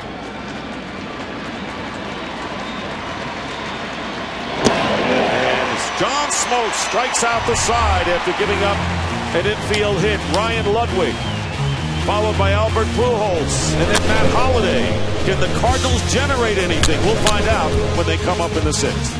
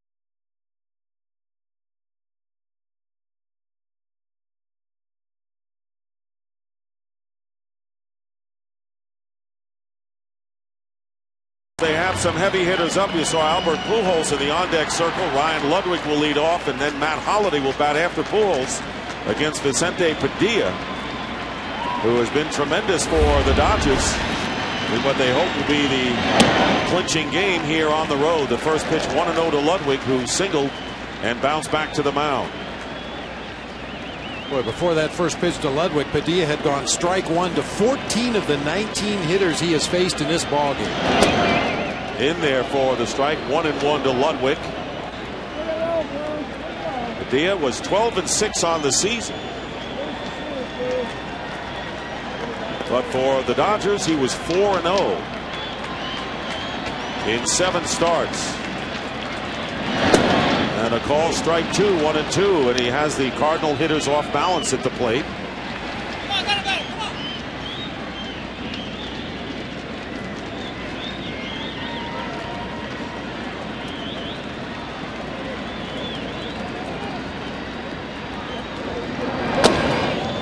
And the count, 2 balls, 2 strikes. The Cardinals have scored only 5 runs in 2.5 games.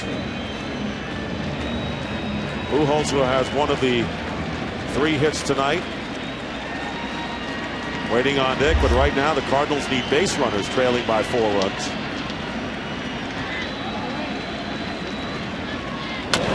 And a foul ball. So it remains 2-2. Well, you mentioned it looks like Padilla is locking up some of these Cardinals hitters with his fastball, which is really surprising to me, Dick, because Vicente Padilla, if you look at his splits throughout the course of the season, he is a fastball thrower. He throws his fastball all the time, but especially when he's behind in the count, he throws nearly 90% fastballs. That tells you, it speaks to how well his fastball is jumping in that strike zone tonight, to know you're facing a guy who challenges with his heater and you still can't square it up. And you mentioned the different angles in which those pitches come.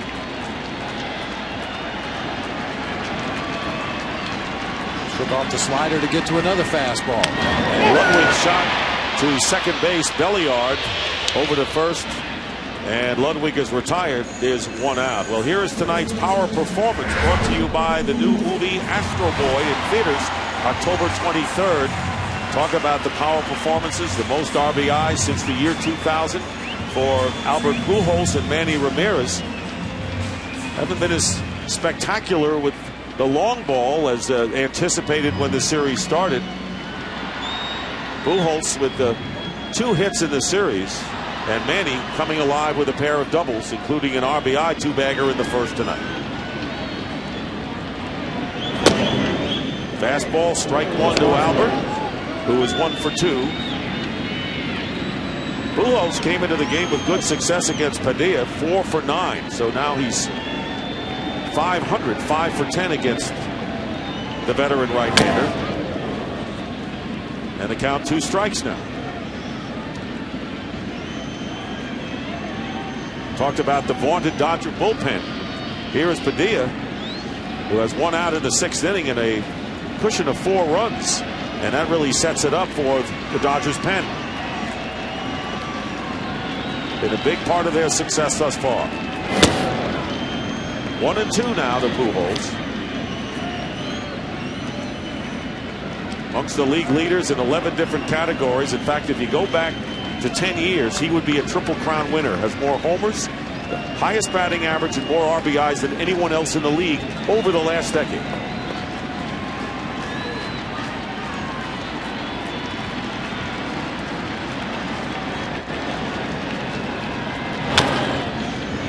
Staying alive.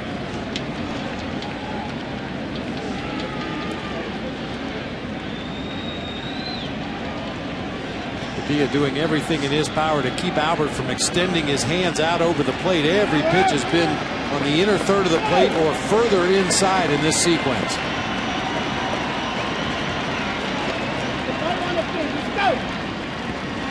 Padilla shook all the way around that time. He wanted to throw what they call a front door slider. Started right at Albert, tried to catch the inside corner. There it is. Strike 3. And Pujols, who rarely argues with the umpire, with a few words for Mike Everett, goes down on strikes, and there are 2 out in the 6th. Let's take a look at how Padilla got to that front door slider to strike out Albert Pujols. Started him with a 96-mile-an-hour fastball, pretty much right down the middle. Then a 94-mile-an-hour heater that was fouled off. That was supposed to be the front door slider. He just lost the handle on it. Another foul ball, and then goes back to the slider once again. And here is Holiday, pops it up, and a play for Russell Martin in foul territory. He makes the catch. So Ludwig, Pujols, and Holiday go out in order, and the Dodgers maintained a 4-0 lead as they come to the plate in the 7th.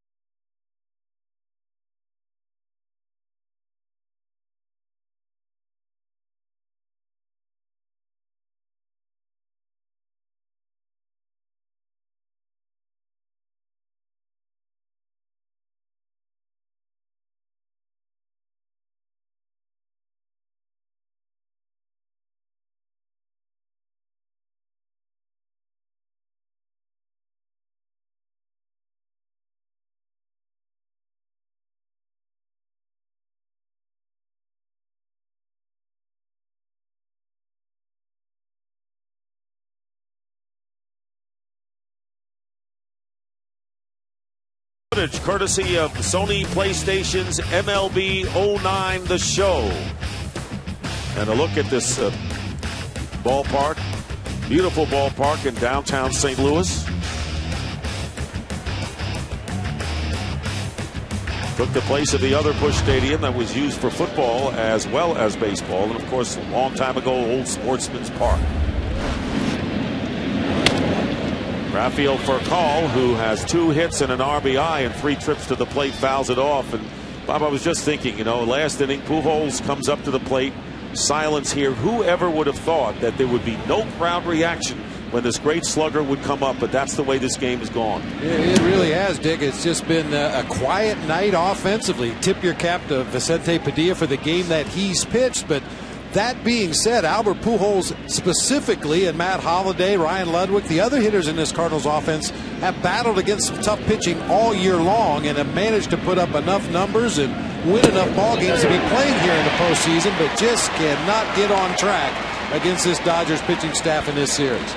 Well, Furcal goes down on strikes, and John Smoltz has now struck out 4 batters in a row. The last 3 in the 6th inning after Blake's single. And for a call to lead off here in the 7th, bringing up Matt Kemp. 1-3 record in 7 starts with the Cardinals for John Smoltz. And a call strike. He's looking sharp. Oh, it's just slider mania for John Smoltz right now. He's using his fastball just to set up his slider. He's thrown a couple of heaters inside off the plate. and then goes right back to the slider once again.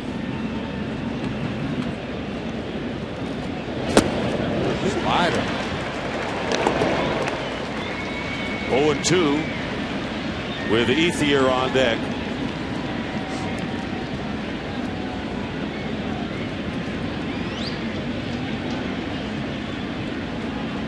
Here comes another one. And a check swing. 1 ball and 2 strikes. The Cardinal bullpen has done a good job of shutting down the Dodgers after they scored the 4 runs off of Joel Pinheiro. But Padilla has been too much for Tony La Russa's hitters. Still no activity in the Dodger bullpen.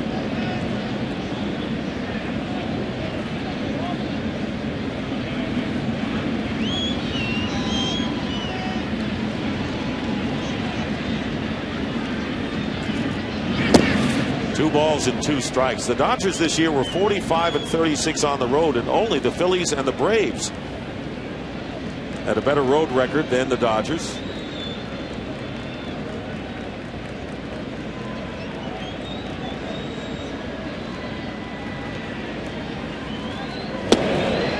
And strike 3. Kemp goes down. 5 consecutive strikeouts by John Smoltz. 2 down. And this is the first one to come on a fastball. The 5th of his 5 straight strikeouts. Slider for a called strike to start the sequence, and he scoots it out a little bit further, trying to get Kemp to nibble. He lays off, and then Tardy on a fastball. Well, this crowd would be roaring if this were a close game and these were critical batters in a tight game, as Ethier takes a call strike. Andre Ethier with a 2-run homer in the 3rd inning, the only homer in this game and his 2nd of this series. And Smoltz jumps ahead of him. No balls, 2 strikes, and here it was. Over 400 feet to straightaway right field off the bat of Andre Ethier. Only the 10th home run he's hit in a road ballpark all season. Ethier gets a piece of it, and the count, no balls and 2 strikes. Dodgers doing their damage with, after 2 are out. In fact, 8 of their 12 runs in this series have come with 2 men out. You see the improvement that Ethier showed this year at age 27.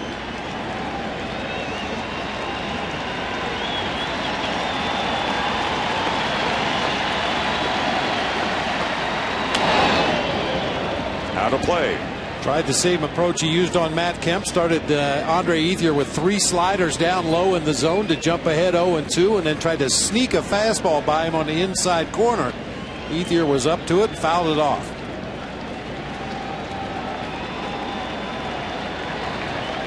Again, the 0-2. And a breaking ball hit to center field. Rasmus going back and over his head and off the wall. Ethier will head to 3rd. And he's in with a triple. So Andre Ethier with a homer and a triple. And the Dodgers, who were quieted by Smoltz, threaten for another run. Well, after that string of 5 straight strikeouts, it looked like the Cardinal defense maybe fell asleep a little bit out there. That ball was hit hard by Andre Ethier, and Rasmus got a very late break in center field.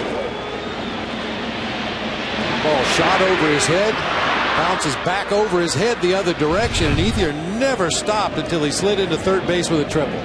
Ball very nearly went over the wall for what would have been a 2-base hit, but it did not, and Ethier is on at 3rd.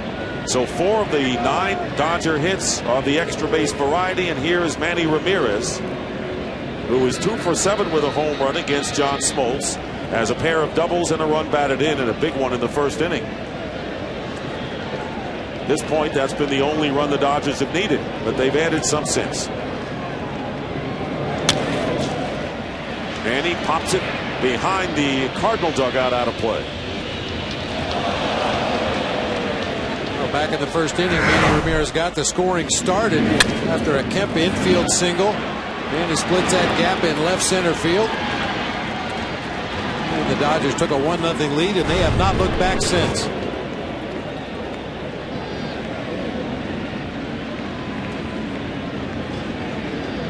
the opening game 5-3 after the Cardinals got a first inning run. Kemp hit a 2-run homer. And then, of course, the 2-run ninth. A heartbreaker and a shot to left field by Ramirez. Ethier will come in and score, and the Dodgers now lead it 5-0. So Manny Ramirez now 3 for 4 and 2 runs batted in. This comes on a John Smoltz fastball. Molina wanted it away. It strayed back over the inside part of the plate, and I guarantee you right now in the stands behind home plate, the Phillies and the Rockies have advanced scouts at this game. And up to this point of the postseason, the book was go right after Manny with fastballs. Well, he's turned on 3 fastballs in this game, so that report is going to change quickly. So he looks like a totally different hitter in this game than he did in the first 2 of the series. Boy, he sure does. Much, much more aggressive with those fastballs in the zone. In tight, the little rope skipping by James Loney, and the count is ball 1. Loney is 0 for 3, but reached on an error. The Dodgers now with 5 runs on 10 hits. And it's been a long night for Tony La Russa. And the rest of the Cardinals coming home. And what did he tell us in the office? It is tougher to be blown out of a game than to lose the kind of game they lost on Thursday. No, that was his estimation. If you have to rate losses, he felt that a blowout game, you feel like you did a lot of things wrong, and as opposed to a game like they lost the other night when it was just unfortunate that Holiday lost the ball in the lights and Franklin couldn't find the strike zone. Boy, and that 5th run is a big one, Dick. Former teammate of mine, a man I coached under in San Francisco, Dusty Baker, now managing the Cincinnati Reds, talks all the time about slam range. Keeping a game within slam range, where if you load the bases and somebody hits one out of the ballpark, you can tie the game. That's not the case for the Cardinals now. 2-2 to Loney, and Manny Ramirez, for the 8th time in his career in postseason, has a 3-hit contest.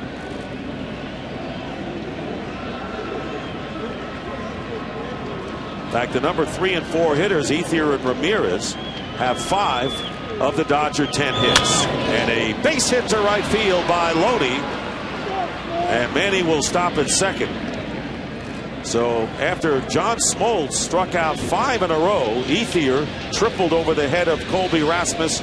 Ramirez with a single to left field, and now Loney with a base hit to right. Now that slider is not nearly as effective against a left-handed hitter. The ball is coming right into the sweet spot of the Dodger lefties' bats. Andre Ethier with the triple to straightaway center. Manny got a scalded single into left field on a fastball in, and now another breaking ball that hangs up over the heart of the plate for Loney. There's Jason Mott. One last sip before he begins to warm up. Second time he's been throwing in the Cardinal bullpen. And Casey Blake led off last inning against Smoltz with a hit off the glove of Ryan at shortstop and a strike on the inside corner.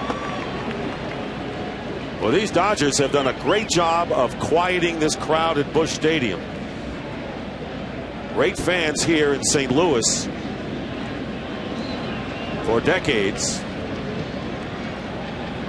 All they can do is sit in the cold and watch as the Dodgers dissect the Cardinals to this point. The count, this is 1-1.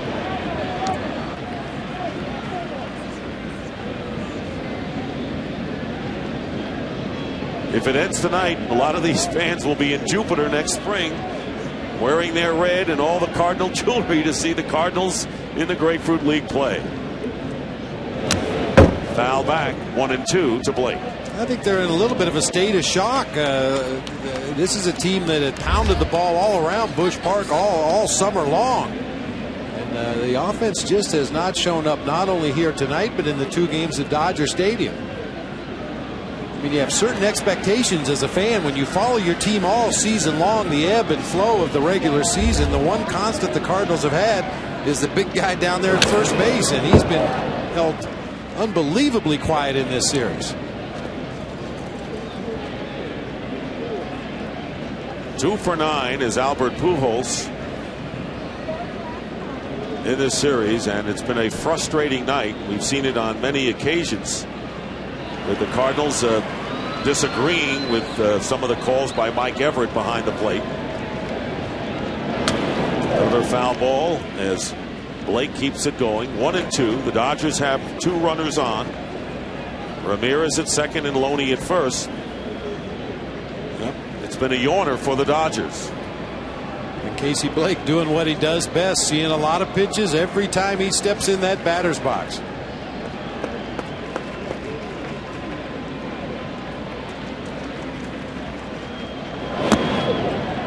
That's low, and it's 2-2. Well, and it really helps to have a guy like Casey Blake in your lineup, because there are going to be times when Manny makes a quick out on the first pitch, or Andre Ethier makes a quick out on the first pitch, and in order to run up a pitch count on that opposing pitcher, extend the inning, keep the defense out there on the field a little longer, Casey Blake is the guy that will go up there and do whatever it takes to run along at bat. Count is 3-2, and with 3-2 and 2 out, the runners will be off.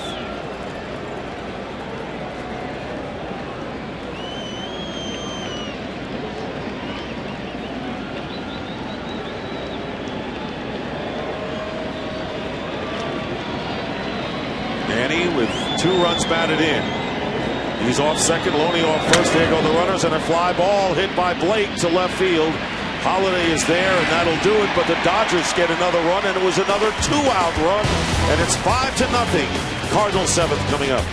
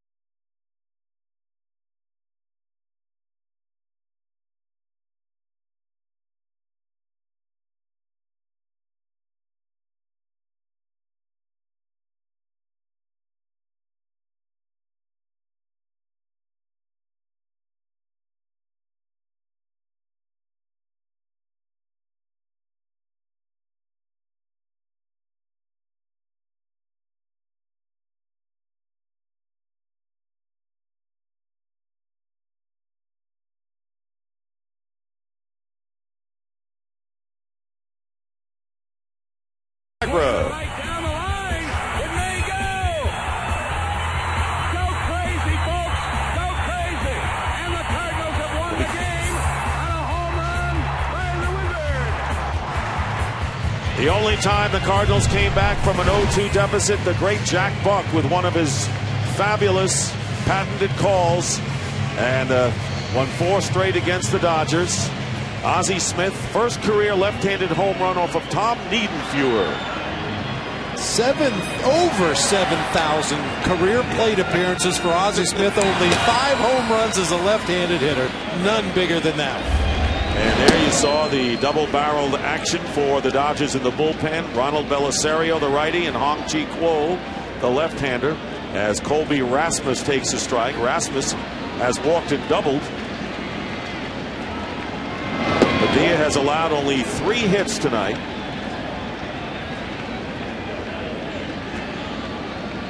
He has struck out 3 and has walked 1.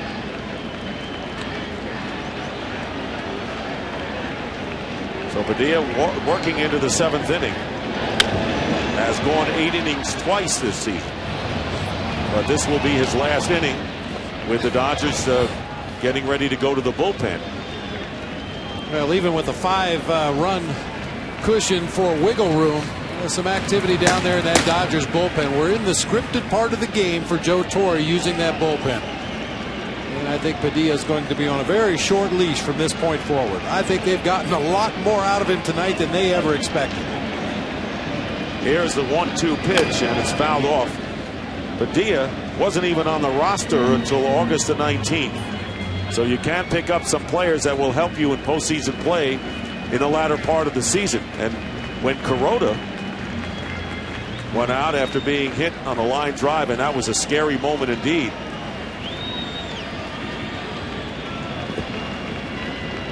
Padilla was the man that Ned Colletti went for, and he has delivered big time here in game number 3. And a chance to wrap it up for the Dodgers and wait for the winner between the Rockies and the Phillies. Their game was postponed tonight, so game 3 will be tomorrow here on TBS, with that series all even 1 apiece. And Rasmus with a line drive foul down the right field line.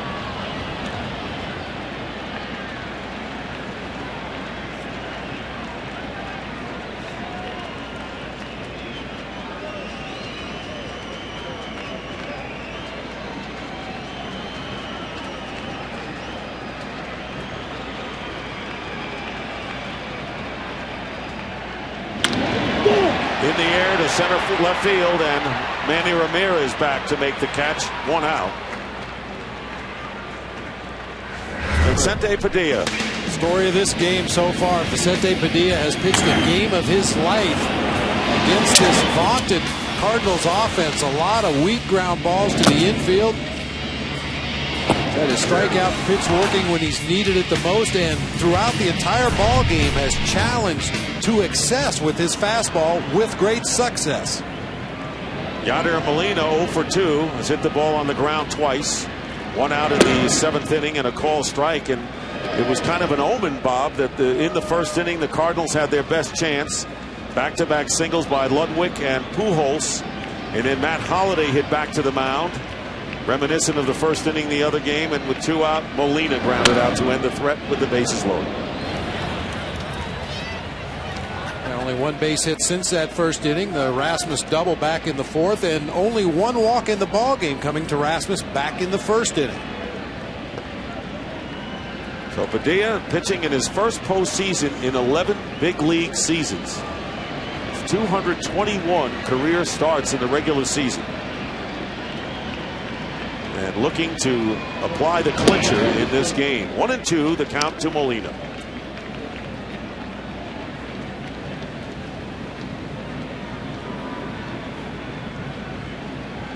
Cardinals had lost 6 of their last 7 games. And he expected that things would turn around in postseason, because he knew this team could hit, as he pointed out. That's what they did most of the year. But it never happened.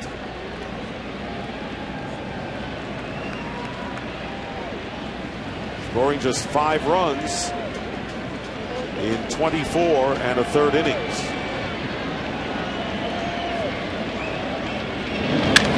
And that's going to be a fair ball. Bounces off the barrier, and Molina will charge into second, and he will go there with a double. 1 out double by Yadier Molina. And he's very much hopeful. Cardinal fans always wondering, will this be the start of something? Now finally a Cardinal hitter squares up a fastball, this time on the inside part of the plate. Molina puts it right down that 3rd base line for a double. Keeping a close eye on that 3rd base dugout over there to see if Joe Torre is quite ready to pull the plug on Padilla at this point. He's got back-to-back right-handed hitters here before we get to the pitcher spot, so I'm going to let him go at least one more. Belisario is the right-hander. And here's DeRosa, who was 0 for 2 last time up, hit a sharp ball, but right back to Padilla. He's 0 for 2. Took something off that pitch in the ground ball. The shortstop, they're going to make the play to third. And for Call's throw to Blake, gets Yadier Molina without number 2. Oh, what a horrible base running play by Yadier Molina. That ball's hit right in front of him. A very uncharacteristic fundamental mistake by Molina. I mean, he was watching the ball the whole way.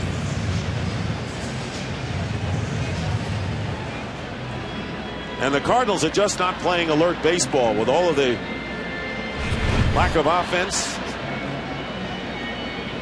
The error by Pinheiro on that toss earlier in the game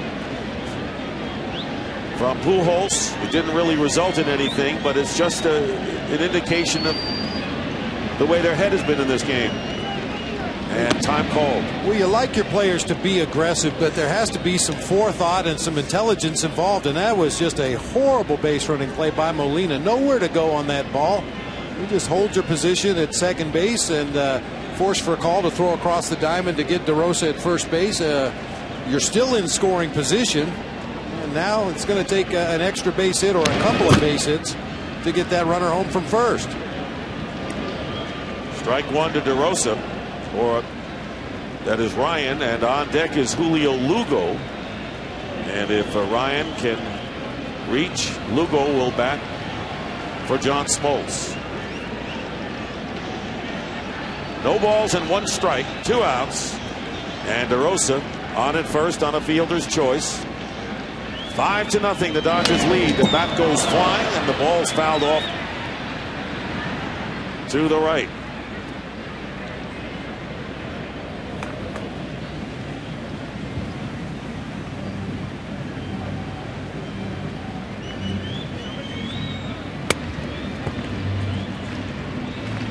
But the Cardinals are generally one of the more fundamentally sound teams in the National League. They usually don't make those kind of base running mistakes.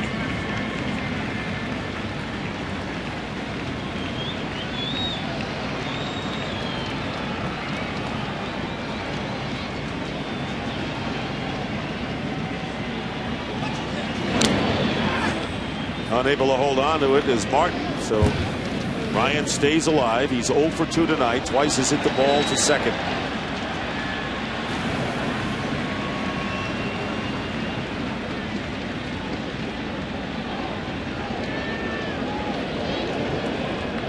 Martin going to the mound. Interesting that Joe Torre, after the double with 1 out, deciding that sticking with Padilla, not going to Belisario in the bullpen. Great confidence in his veteran righty here. And I think a lot of that has to do with the way that Padilla handled DeRosa and Ryan in their first 2 plate appearances each in this ball game. DeRosa had a strikeout and a broken bat soft liner back to the mound, and Ryan had grounded out to second base 2 times weekly, so he was giving his right-hander a chance to get through this inning. And he knew that DeRosa was 4 for 24 against Padilla.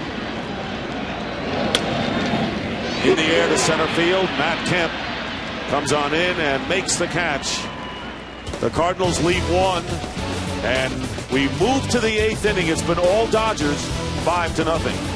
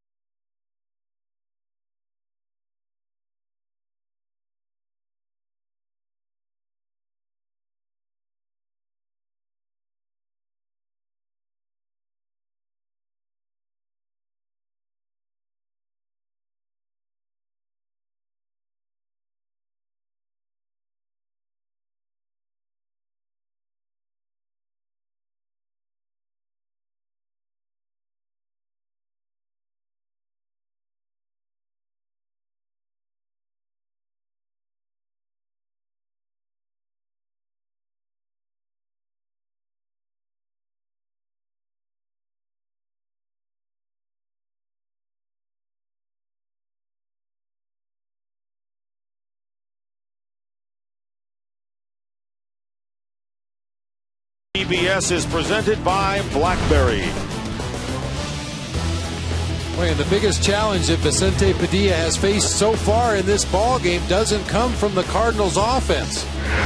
It's tough enough to catch one baseball, but take a look at this. The ball briefly got away from Russell Martin, and we've got one here and one here.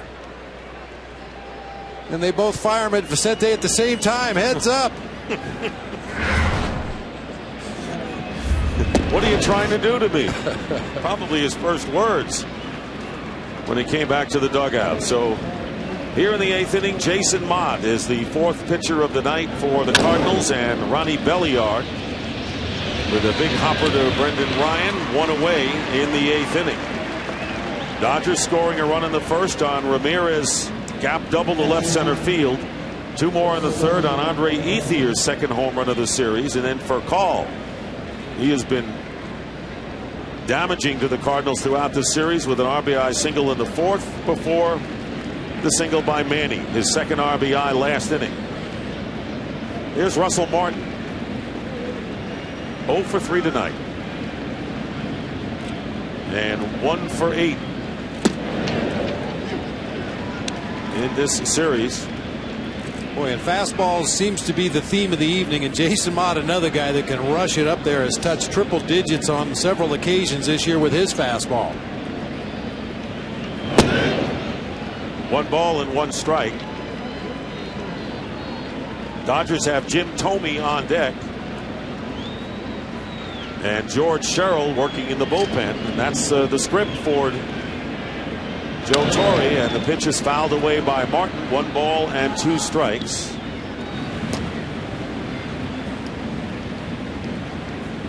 There is Sherrill, who came over from the Orioles and has been the setup man for Jonathan Broxton. Sometimes, of course, where Broxton comes in the 8th inning, depending on who the hitters are for the Cardinals. Ryan again, he's been a busy man at shortstop, throws out Russell Martin, 2 out. So Padilla looks like that he will be coming out of this game, and Tom Verducci, what a great showing tonight. Absolutely. You know, and as he walked off the field after that last inning, Joe Torre talked with his pitching coach Rick Honeycutt, hitting coach Don Mattingly, bench coach Bob Schaefer. They discussed it, went over and talked to Padilla. He wanted to go back out to the mound.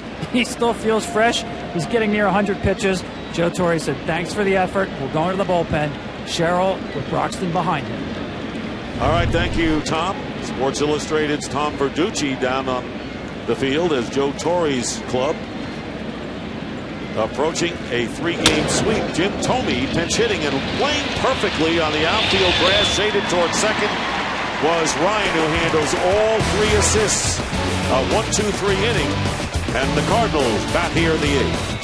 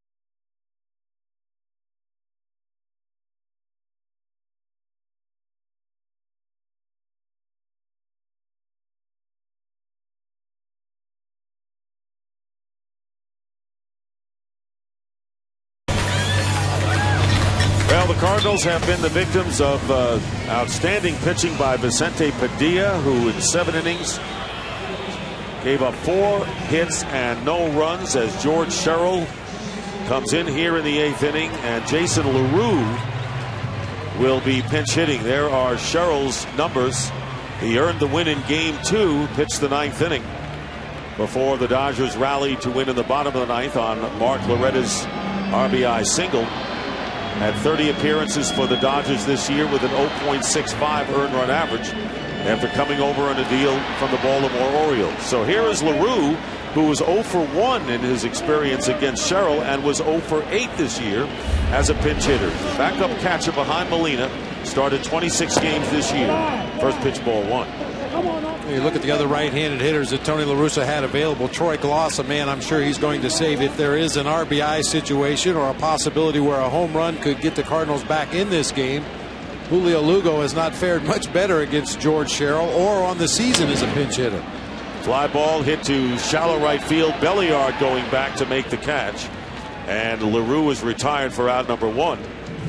And time now for our game summary, brought to you by Mario and Sonic at the Winter Olympic Games in stores October the 13th. And there's the story. Padilla, the star of the game, along with Manny Ramirez, 3 for 4, a couple of doubles and a couple of RBIs, and Andre Ethier with his 2nd home run in as many games in this series, as the Dodgers look for their 6th straight series clinching win on the road, and the Cardinals continue to struggle with men in scoring position. And now we do get Julio Lugo as the pinch hitter for Skip Schumacher at the top of the order. He'll stay in and play second base. So Lugo, who started and played the entire game and led off at second base in game number 2. Count 1 ball and 1 strike. Lugo had 2 hits, was 2 for 4 with a single and a double and a stolen base.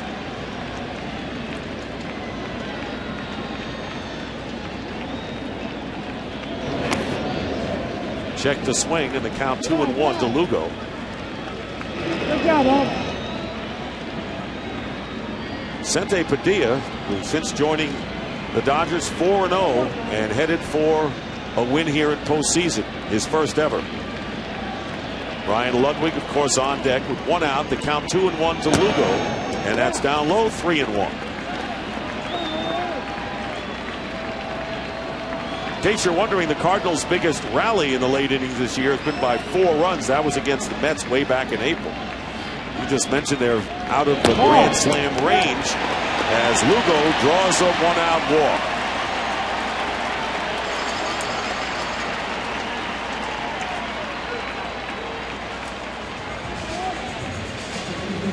There's a fan.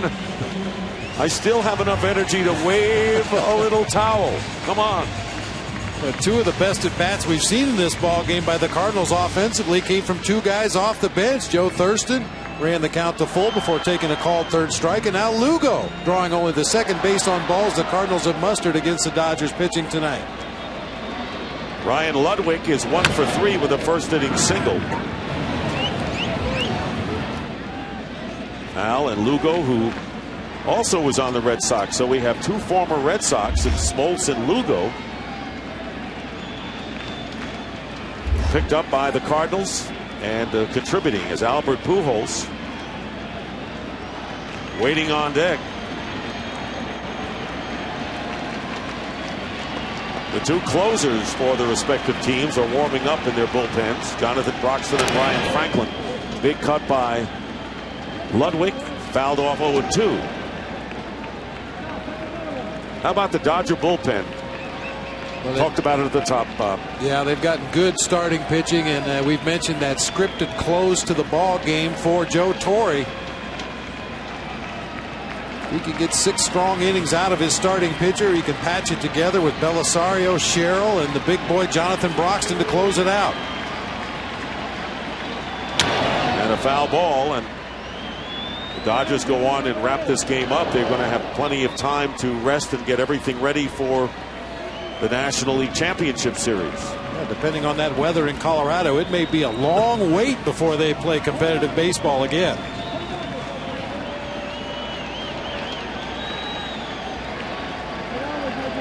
full slate of action tomorrow on TBS, which we'll tell you about. 0-2 pitch and a fly ball hit deep to left field. Manny going back and on the edge of the track makes the catch at the base of the wall. And a long out by Ludwig, and there are 2 down as Lugo goes back to first. Well, here's the deal on the Division Series coverage tomorrow on TBS. First up at noon Eastern, the Angels-Red Sox from Fenway Park. Second up will be the Yankees and the Twins, with the Yankees looking to wrap it up in Minnesota. And then it'll be game 2, or game 3, I should say, the Phillies and the Rockies. And we have to say, weather permitting. So Broxton is going to get the call here to face Pujols. He has made 3 appearances facing Pujols right away all 3 times. We'll be back.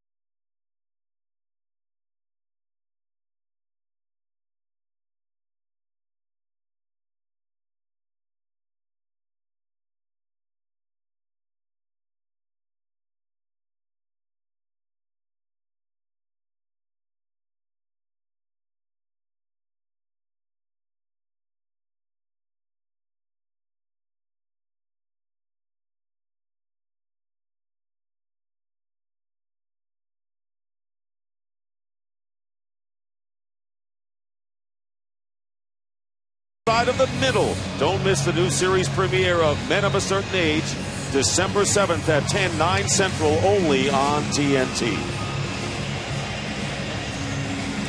As you mentioned, Jonathan Broxton in the ball game for the Dodgers. The 3rd time he's come into a game and immediately faced Albert Pujols, but he's been up to the challenge up to this point. A ground ball to third, a pop up to second so far for Big Albert. Broxton with a power arm, to say the least. Fastball, slider, splitter. And that last point not really applicable right now. You can run on him, but shouldn't be a factor right now for the Cardinals. So 2 away, and Lugo, the runner at first, and Albert Pujols coming to the plate. And so the Cardinals, who had so much confidence going into the series with Chris Carpenter and then Wainwright going in the second, the best 2 pitchers, best tandem going into the playoffs for any team in postseason. Carpenter, not himself, was beaten in game 1, and Adam Wainwright was outstanding, to say the least, but could not get it done and win as the Dodgers won that dramatic game. So here's Pujols, 1 for 3, and there goes the runner. And Lugo, defensive indifference. They'll call it a stolen base for Lugo. That's his 2nd stolen base in the series.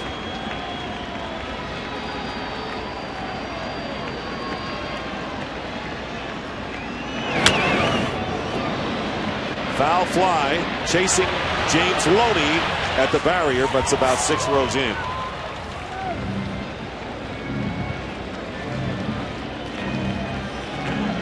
Well, Lugo could steal third base as well if he wanted to. Broxton pays very little attention to the base runners. His idea is, I think I can get that batter out before you steal second, steal third, and possibly steal home.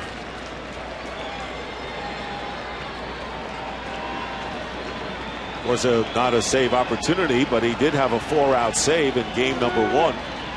And then he came in to face the heart of the order in the 8th inning of the 2nd game. He's ahead on the count, 0-2 to Pujols.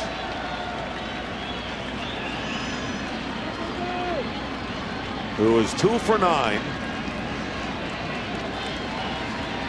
in this series, and slipping away for the Cardinals, who trail by 5. And there's a base hit to right field. And rounding third coming on in with the run is Lugo, and it's a 5-1 game. So Pujols with his second hit and his first RBI, and it's now 5-1 with Holiday coming up for the Cardinals. 99-mile-an-hour fastball on the outside part of the plate. Pujols stays with it, drives it into right field. That's the offensive approach that Cardinal fans are used to seeing from Big Albert, especially in those two-strike situations. A clean single into right field to get the Cardinals on the board. Pujols was 1 for 12 against Broxton before that base hit, so now Holiday 0 for 3.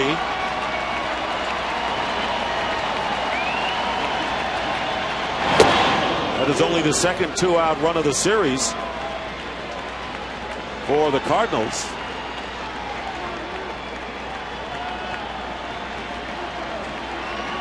And most of the Dodger runs have come with 2 out in this division series. 0-1 to Holiday.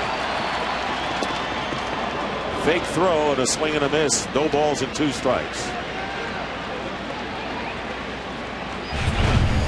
Another 99-mile-an-hour fastball right down the middle of the plate.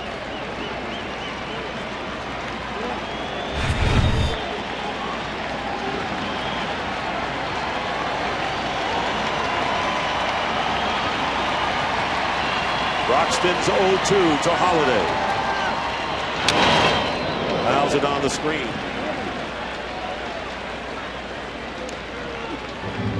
Reached 100 on that last fastball. I saw Matt Holliday throughout the regular season, especially against the hard throwers and especially with 2 strikes, be willing to drive that ball to the opposite field. He's got tremendous power to all parts of the ballpark. He does not have to pull the Jonathan Broxton fastball to be effective.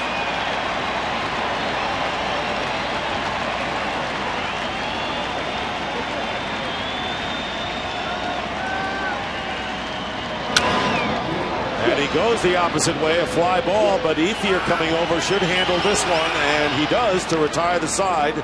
But the Cardinals get a run, and the Dodgers come up in the top of the 9th, leading 5-1.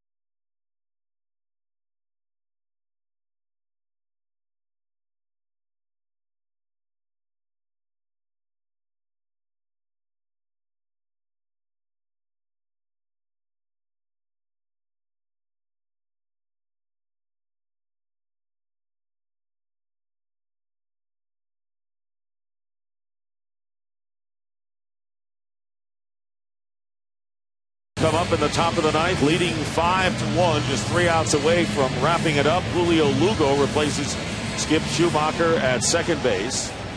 And Ryan Franklin, who was the losing pitcher after giving up the base hit to Mark Loretta. And the Cardinals, you always wonder what could have been if Matt Holliday would have held on to that fly ball. But then after that, the Dodgers sent many men to the plate before they were able to win it, Bob. And Ryan Franklin really struggled to find the strike zone consistently, especially with that cut fastball, his bread and butter pitch. Rafael Furcal, the first batter, takes the strike. Furcal is 2 for 4 with a pair of singles and an RBI.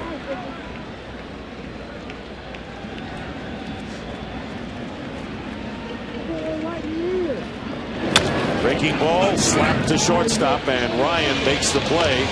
So these Dodgers, it took them to the next to the last game of the season before they clinched. They had dropped 5 in a row, Hollywood style. They made it very intriguing, didn't they, Tom Verducci? Well, yes, Dick. They bought their cases of champagne, 160 bottles of champagne in Pittsburgh. Well, over the next 8 days, that champagne traveled to 3 different cities, made a plane trip, 3 different truck rides, covered 2,574 miles, yes, I counted, before they finally dipped into it on the final Saturday of the season.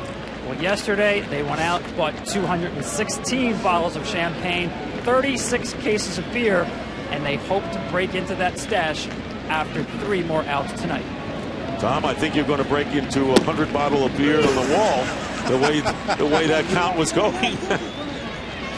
0-2 the count to Kemp. So thanks for keeping track of the celebratory beverage for the Dodgers in winning the division, and now within 3 outs of capturing the division series. Kemp was called out on strikes. 4th time he has gone out on strikes. Well, the Dodgers know about postseason. They only had one, however, one World Series title in Brooklyn. That was in 1955. The 7 World Series appearances, but they went to L.A., won in 59, and 5 championships since their move, and this year their 4th postseason appearance in the last 6 years. So the Dodgers have been a standard-bearing franchise, and they were always tough in Brooklyn. They just could never beat the New York Yankees, who at one point won 5 straight World Series. And then when Johnny Padres shut out the Yankees 5-0 in 55, they come to L.A., finished 7th in the first year, and then they beat the White Sox in 6 for their first title. There's a call strike to Ethier, and the count 1-1.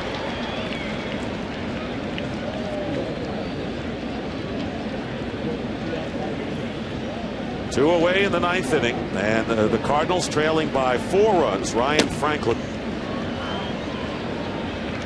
on the mound, the 5th pitcher of the 9th for the Cardinals. And in the bottom of the 9th, the scheduled hitters are Colby Rasmus, Yadier Molina, and Mark DeRosa. Breaking pitch and a fair ball just inside third base, and Ethier on his way to second. Holliday bobbled it for the moment, but Ethier would have been anyway. So the 3rd extra base hit for Andre Ethier, a double after the home run in the 3rd and the triple in the 7th. Very good approach by a middle of the lineup power hitter. We saw him pull a ball to right field 400 plus feet. This time goes right inside the 3rd baseline, waited well on that off-speed pitch, and lined it right down into the left field corner. And here's Manny, who has 3 hits tonight. 2 doubles and a single and 2 runs batted in. So half of the Dodger hits have come from the 3 and 4 hitters, Ethier and Ramirez tonight.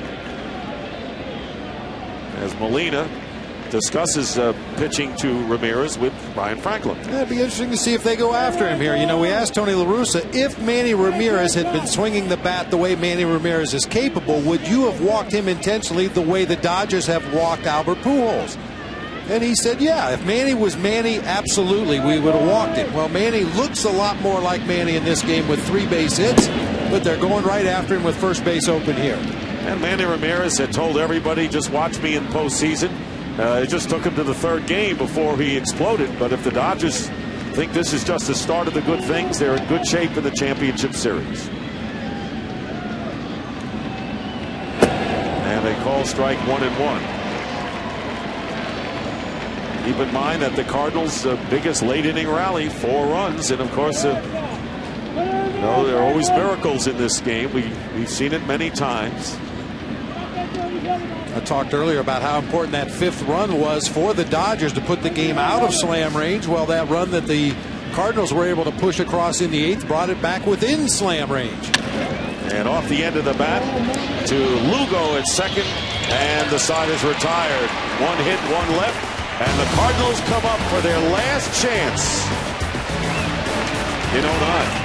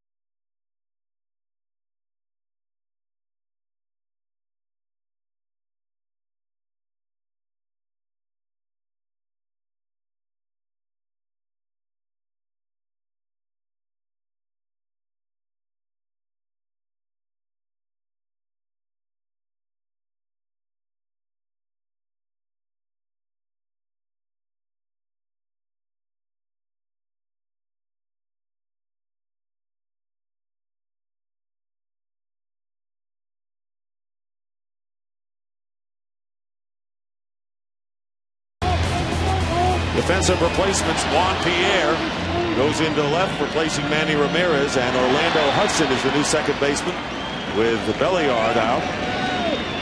And Jonathan Broxton twice has gone 2 innings this year. Will be facing Colby Erasmus, who is 1 for 2 with a double and a walk. It takes low, ball 1.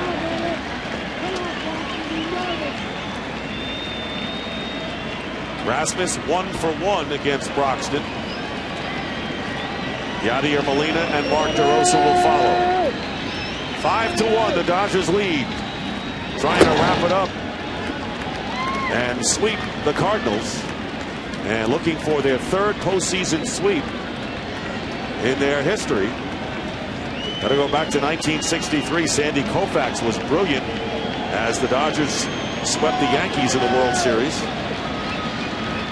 And last year, of course, the Cubs. And this feels very much like 2 years ago when we covered the Diamondbacks against the Cubs, and the Diamondbacks won the first 2 at home and came to Wrigley Field and got a run in the first inning, and the crowd was out of it throughout. It very much felt like that game at Wrigley Field when Chris Young hit the home run to put the Diamondbacks on the board on the very first pitch of the ball game against the Cubs.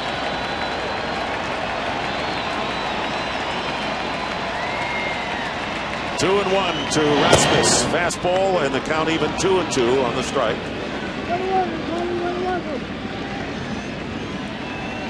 Molina on deck.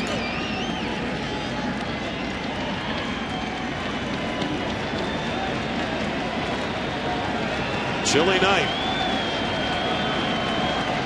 in more ways than one for the Cardinals. And strike three, Rasmus goes down. 1 out here in the ninth. Coming up next after our game, it's Inside MLB presented by Captain Morgan with Ernie Johnson, Cal Ripken, Dennis Eckersley, and David Wells. Please drink responsibly. Always the message. Ethier in the 3 games, 2 home runs. And here is Molina, who doubled his last time up, 1 for 3.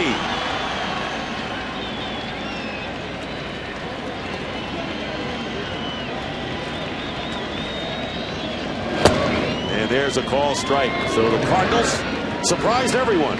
No one had picked them to win in the National League Central. The Cubs were the favorites, because Milwaukee made the playoffs last year in Tony La Russa's club, and he made a lot of big moves this year, moving Schumacher from the outfield to second, made Ryan Franklin a closer. Chris Carpenter came back. And all in all, you have to say 91 and 71, winning by 11 games. It's not pleasant to lose like this, but it's been really a successful year for the Cardinals. Yeah, it's going to be a bad taste going into the offseason for Tony La Russa, his staff, and this Cardinals team, and the fans here certainly at Busch Stadium. But they had a remarkable season, as you said, not picked by anybody to be a factor in the National League Central this year, and they just turned it into a boat race at the end of the season, left everybody in their wake. 0-2 to Yadier Molina with 1 out. And they foul off the screen, and the Cardinals so badly were hoping they could win this game and stay alive, with Chris Carpenter getting the nod to pitch in game 4 and Adam Wainwright at 5. And even though those 2 pitchers, Wainwright was brilliant in game 2, but they didn't get wins in those games, we're hoping that maybe those 2 would get it done. And the 3-game victory after the 2 losses.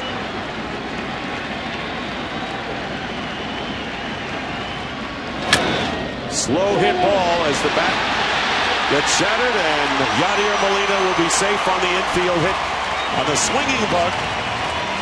So 1 out, 1 on in the bottom of the 9th inning. Molina's 2nd hit of the game.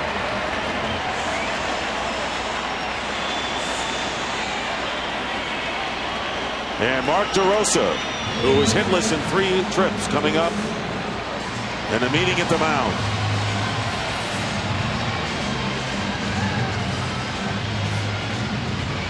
Now Juan Pierre on as a defensive replacement here in the 9th inning, with the Dodgers leading in the ball game. He's made 3 appearances in this series. 1 as a pinch runner. He scored a run, put down a perfect sacrifice bunt in another appearance, and now on for defense for Manny Ramirez in left field. But if you talk to people close to the Dodgers, they may not have made the postseason were it not for the contributions of Juan Pierre while Manny Ramirez was serving his 50-game suspension. He had 318 during that stretch, drove in 21 runs, scored 32, and stole 21 bases. Molina goes to second.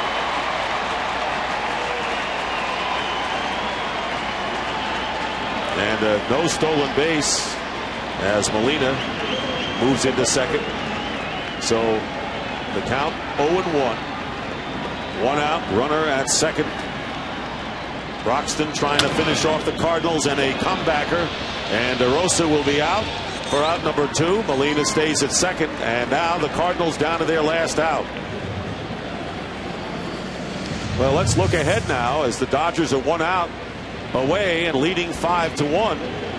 See how they matched up against the Phillies and the Rockies. Of course, the Rockies in their division, they were 14-4 against Colorado. And they clinched against Colorado in that next to last game of the year, and 4-3 against the Phillies. So Rick Ankiel coming up as a pinch hitter for Brendan Ryan. Last hope for the Cardinals. And it's a hugely disappointing experience here in St. Louis for Albert Pujols and the rest of the Cardinals. But how about the Dodgers and Joe Torre? Postseason magic, and I know they lost to the Phillies in 5 last year, Bob, but they swept the Cubs. and they're going to go in with a head of steam, no matter who they play, after sweeping St. Louis here.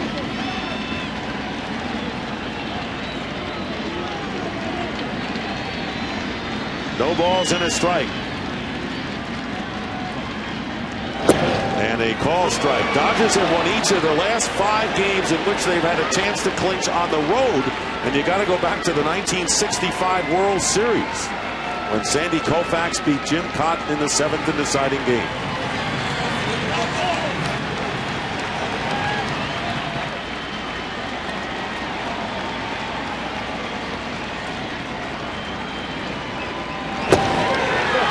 And that's it. The Dodgers have wrapped it up. They go on the road and finally beat the Cardinals in postseason in their 3rd try. And somewhat of a subdued celebration, at least out there on the field for the Dodgers. I think they believe they've got more work ahead of them in this postseason, but what a tremendous performance in this NLDS. Boy, if we've learned nothing else about this Dodgers ball club, you better score early against them, because once you get to the 7th inning of a ball game, they've got a slam-the-door bullpen for you. They held the Cardinals to only 6 runs, and this is the final out. Broxton appearing in all 3 games, and when you look at the Cardinals, 4 for 30 with runners in scoring position. We go back to the beginning of the game, Bob Brenly, when you said, look, you can talk about what they didn't do, the Cardinals, but how about what the Dodger pitchers did do? No question about it. They were able to execute their pitches in tough situations with runners in scoring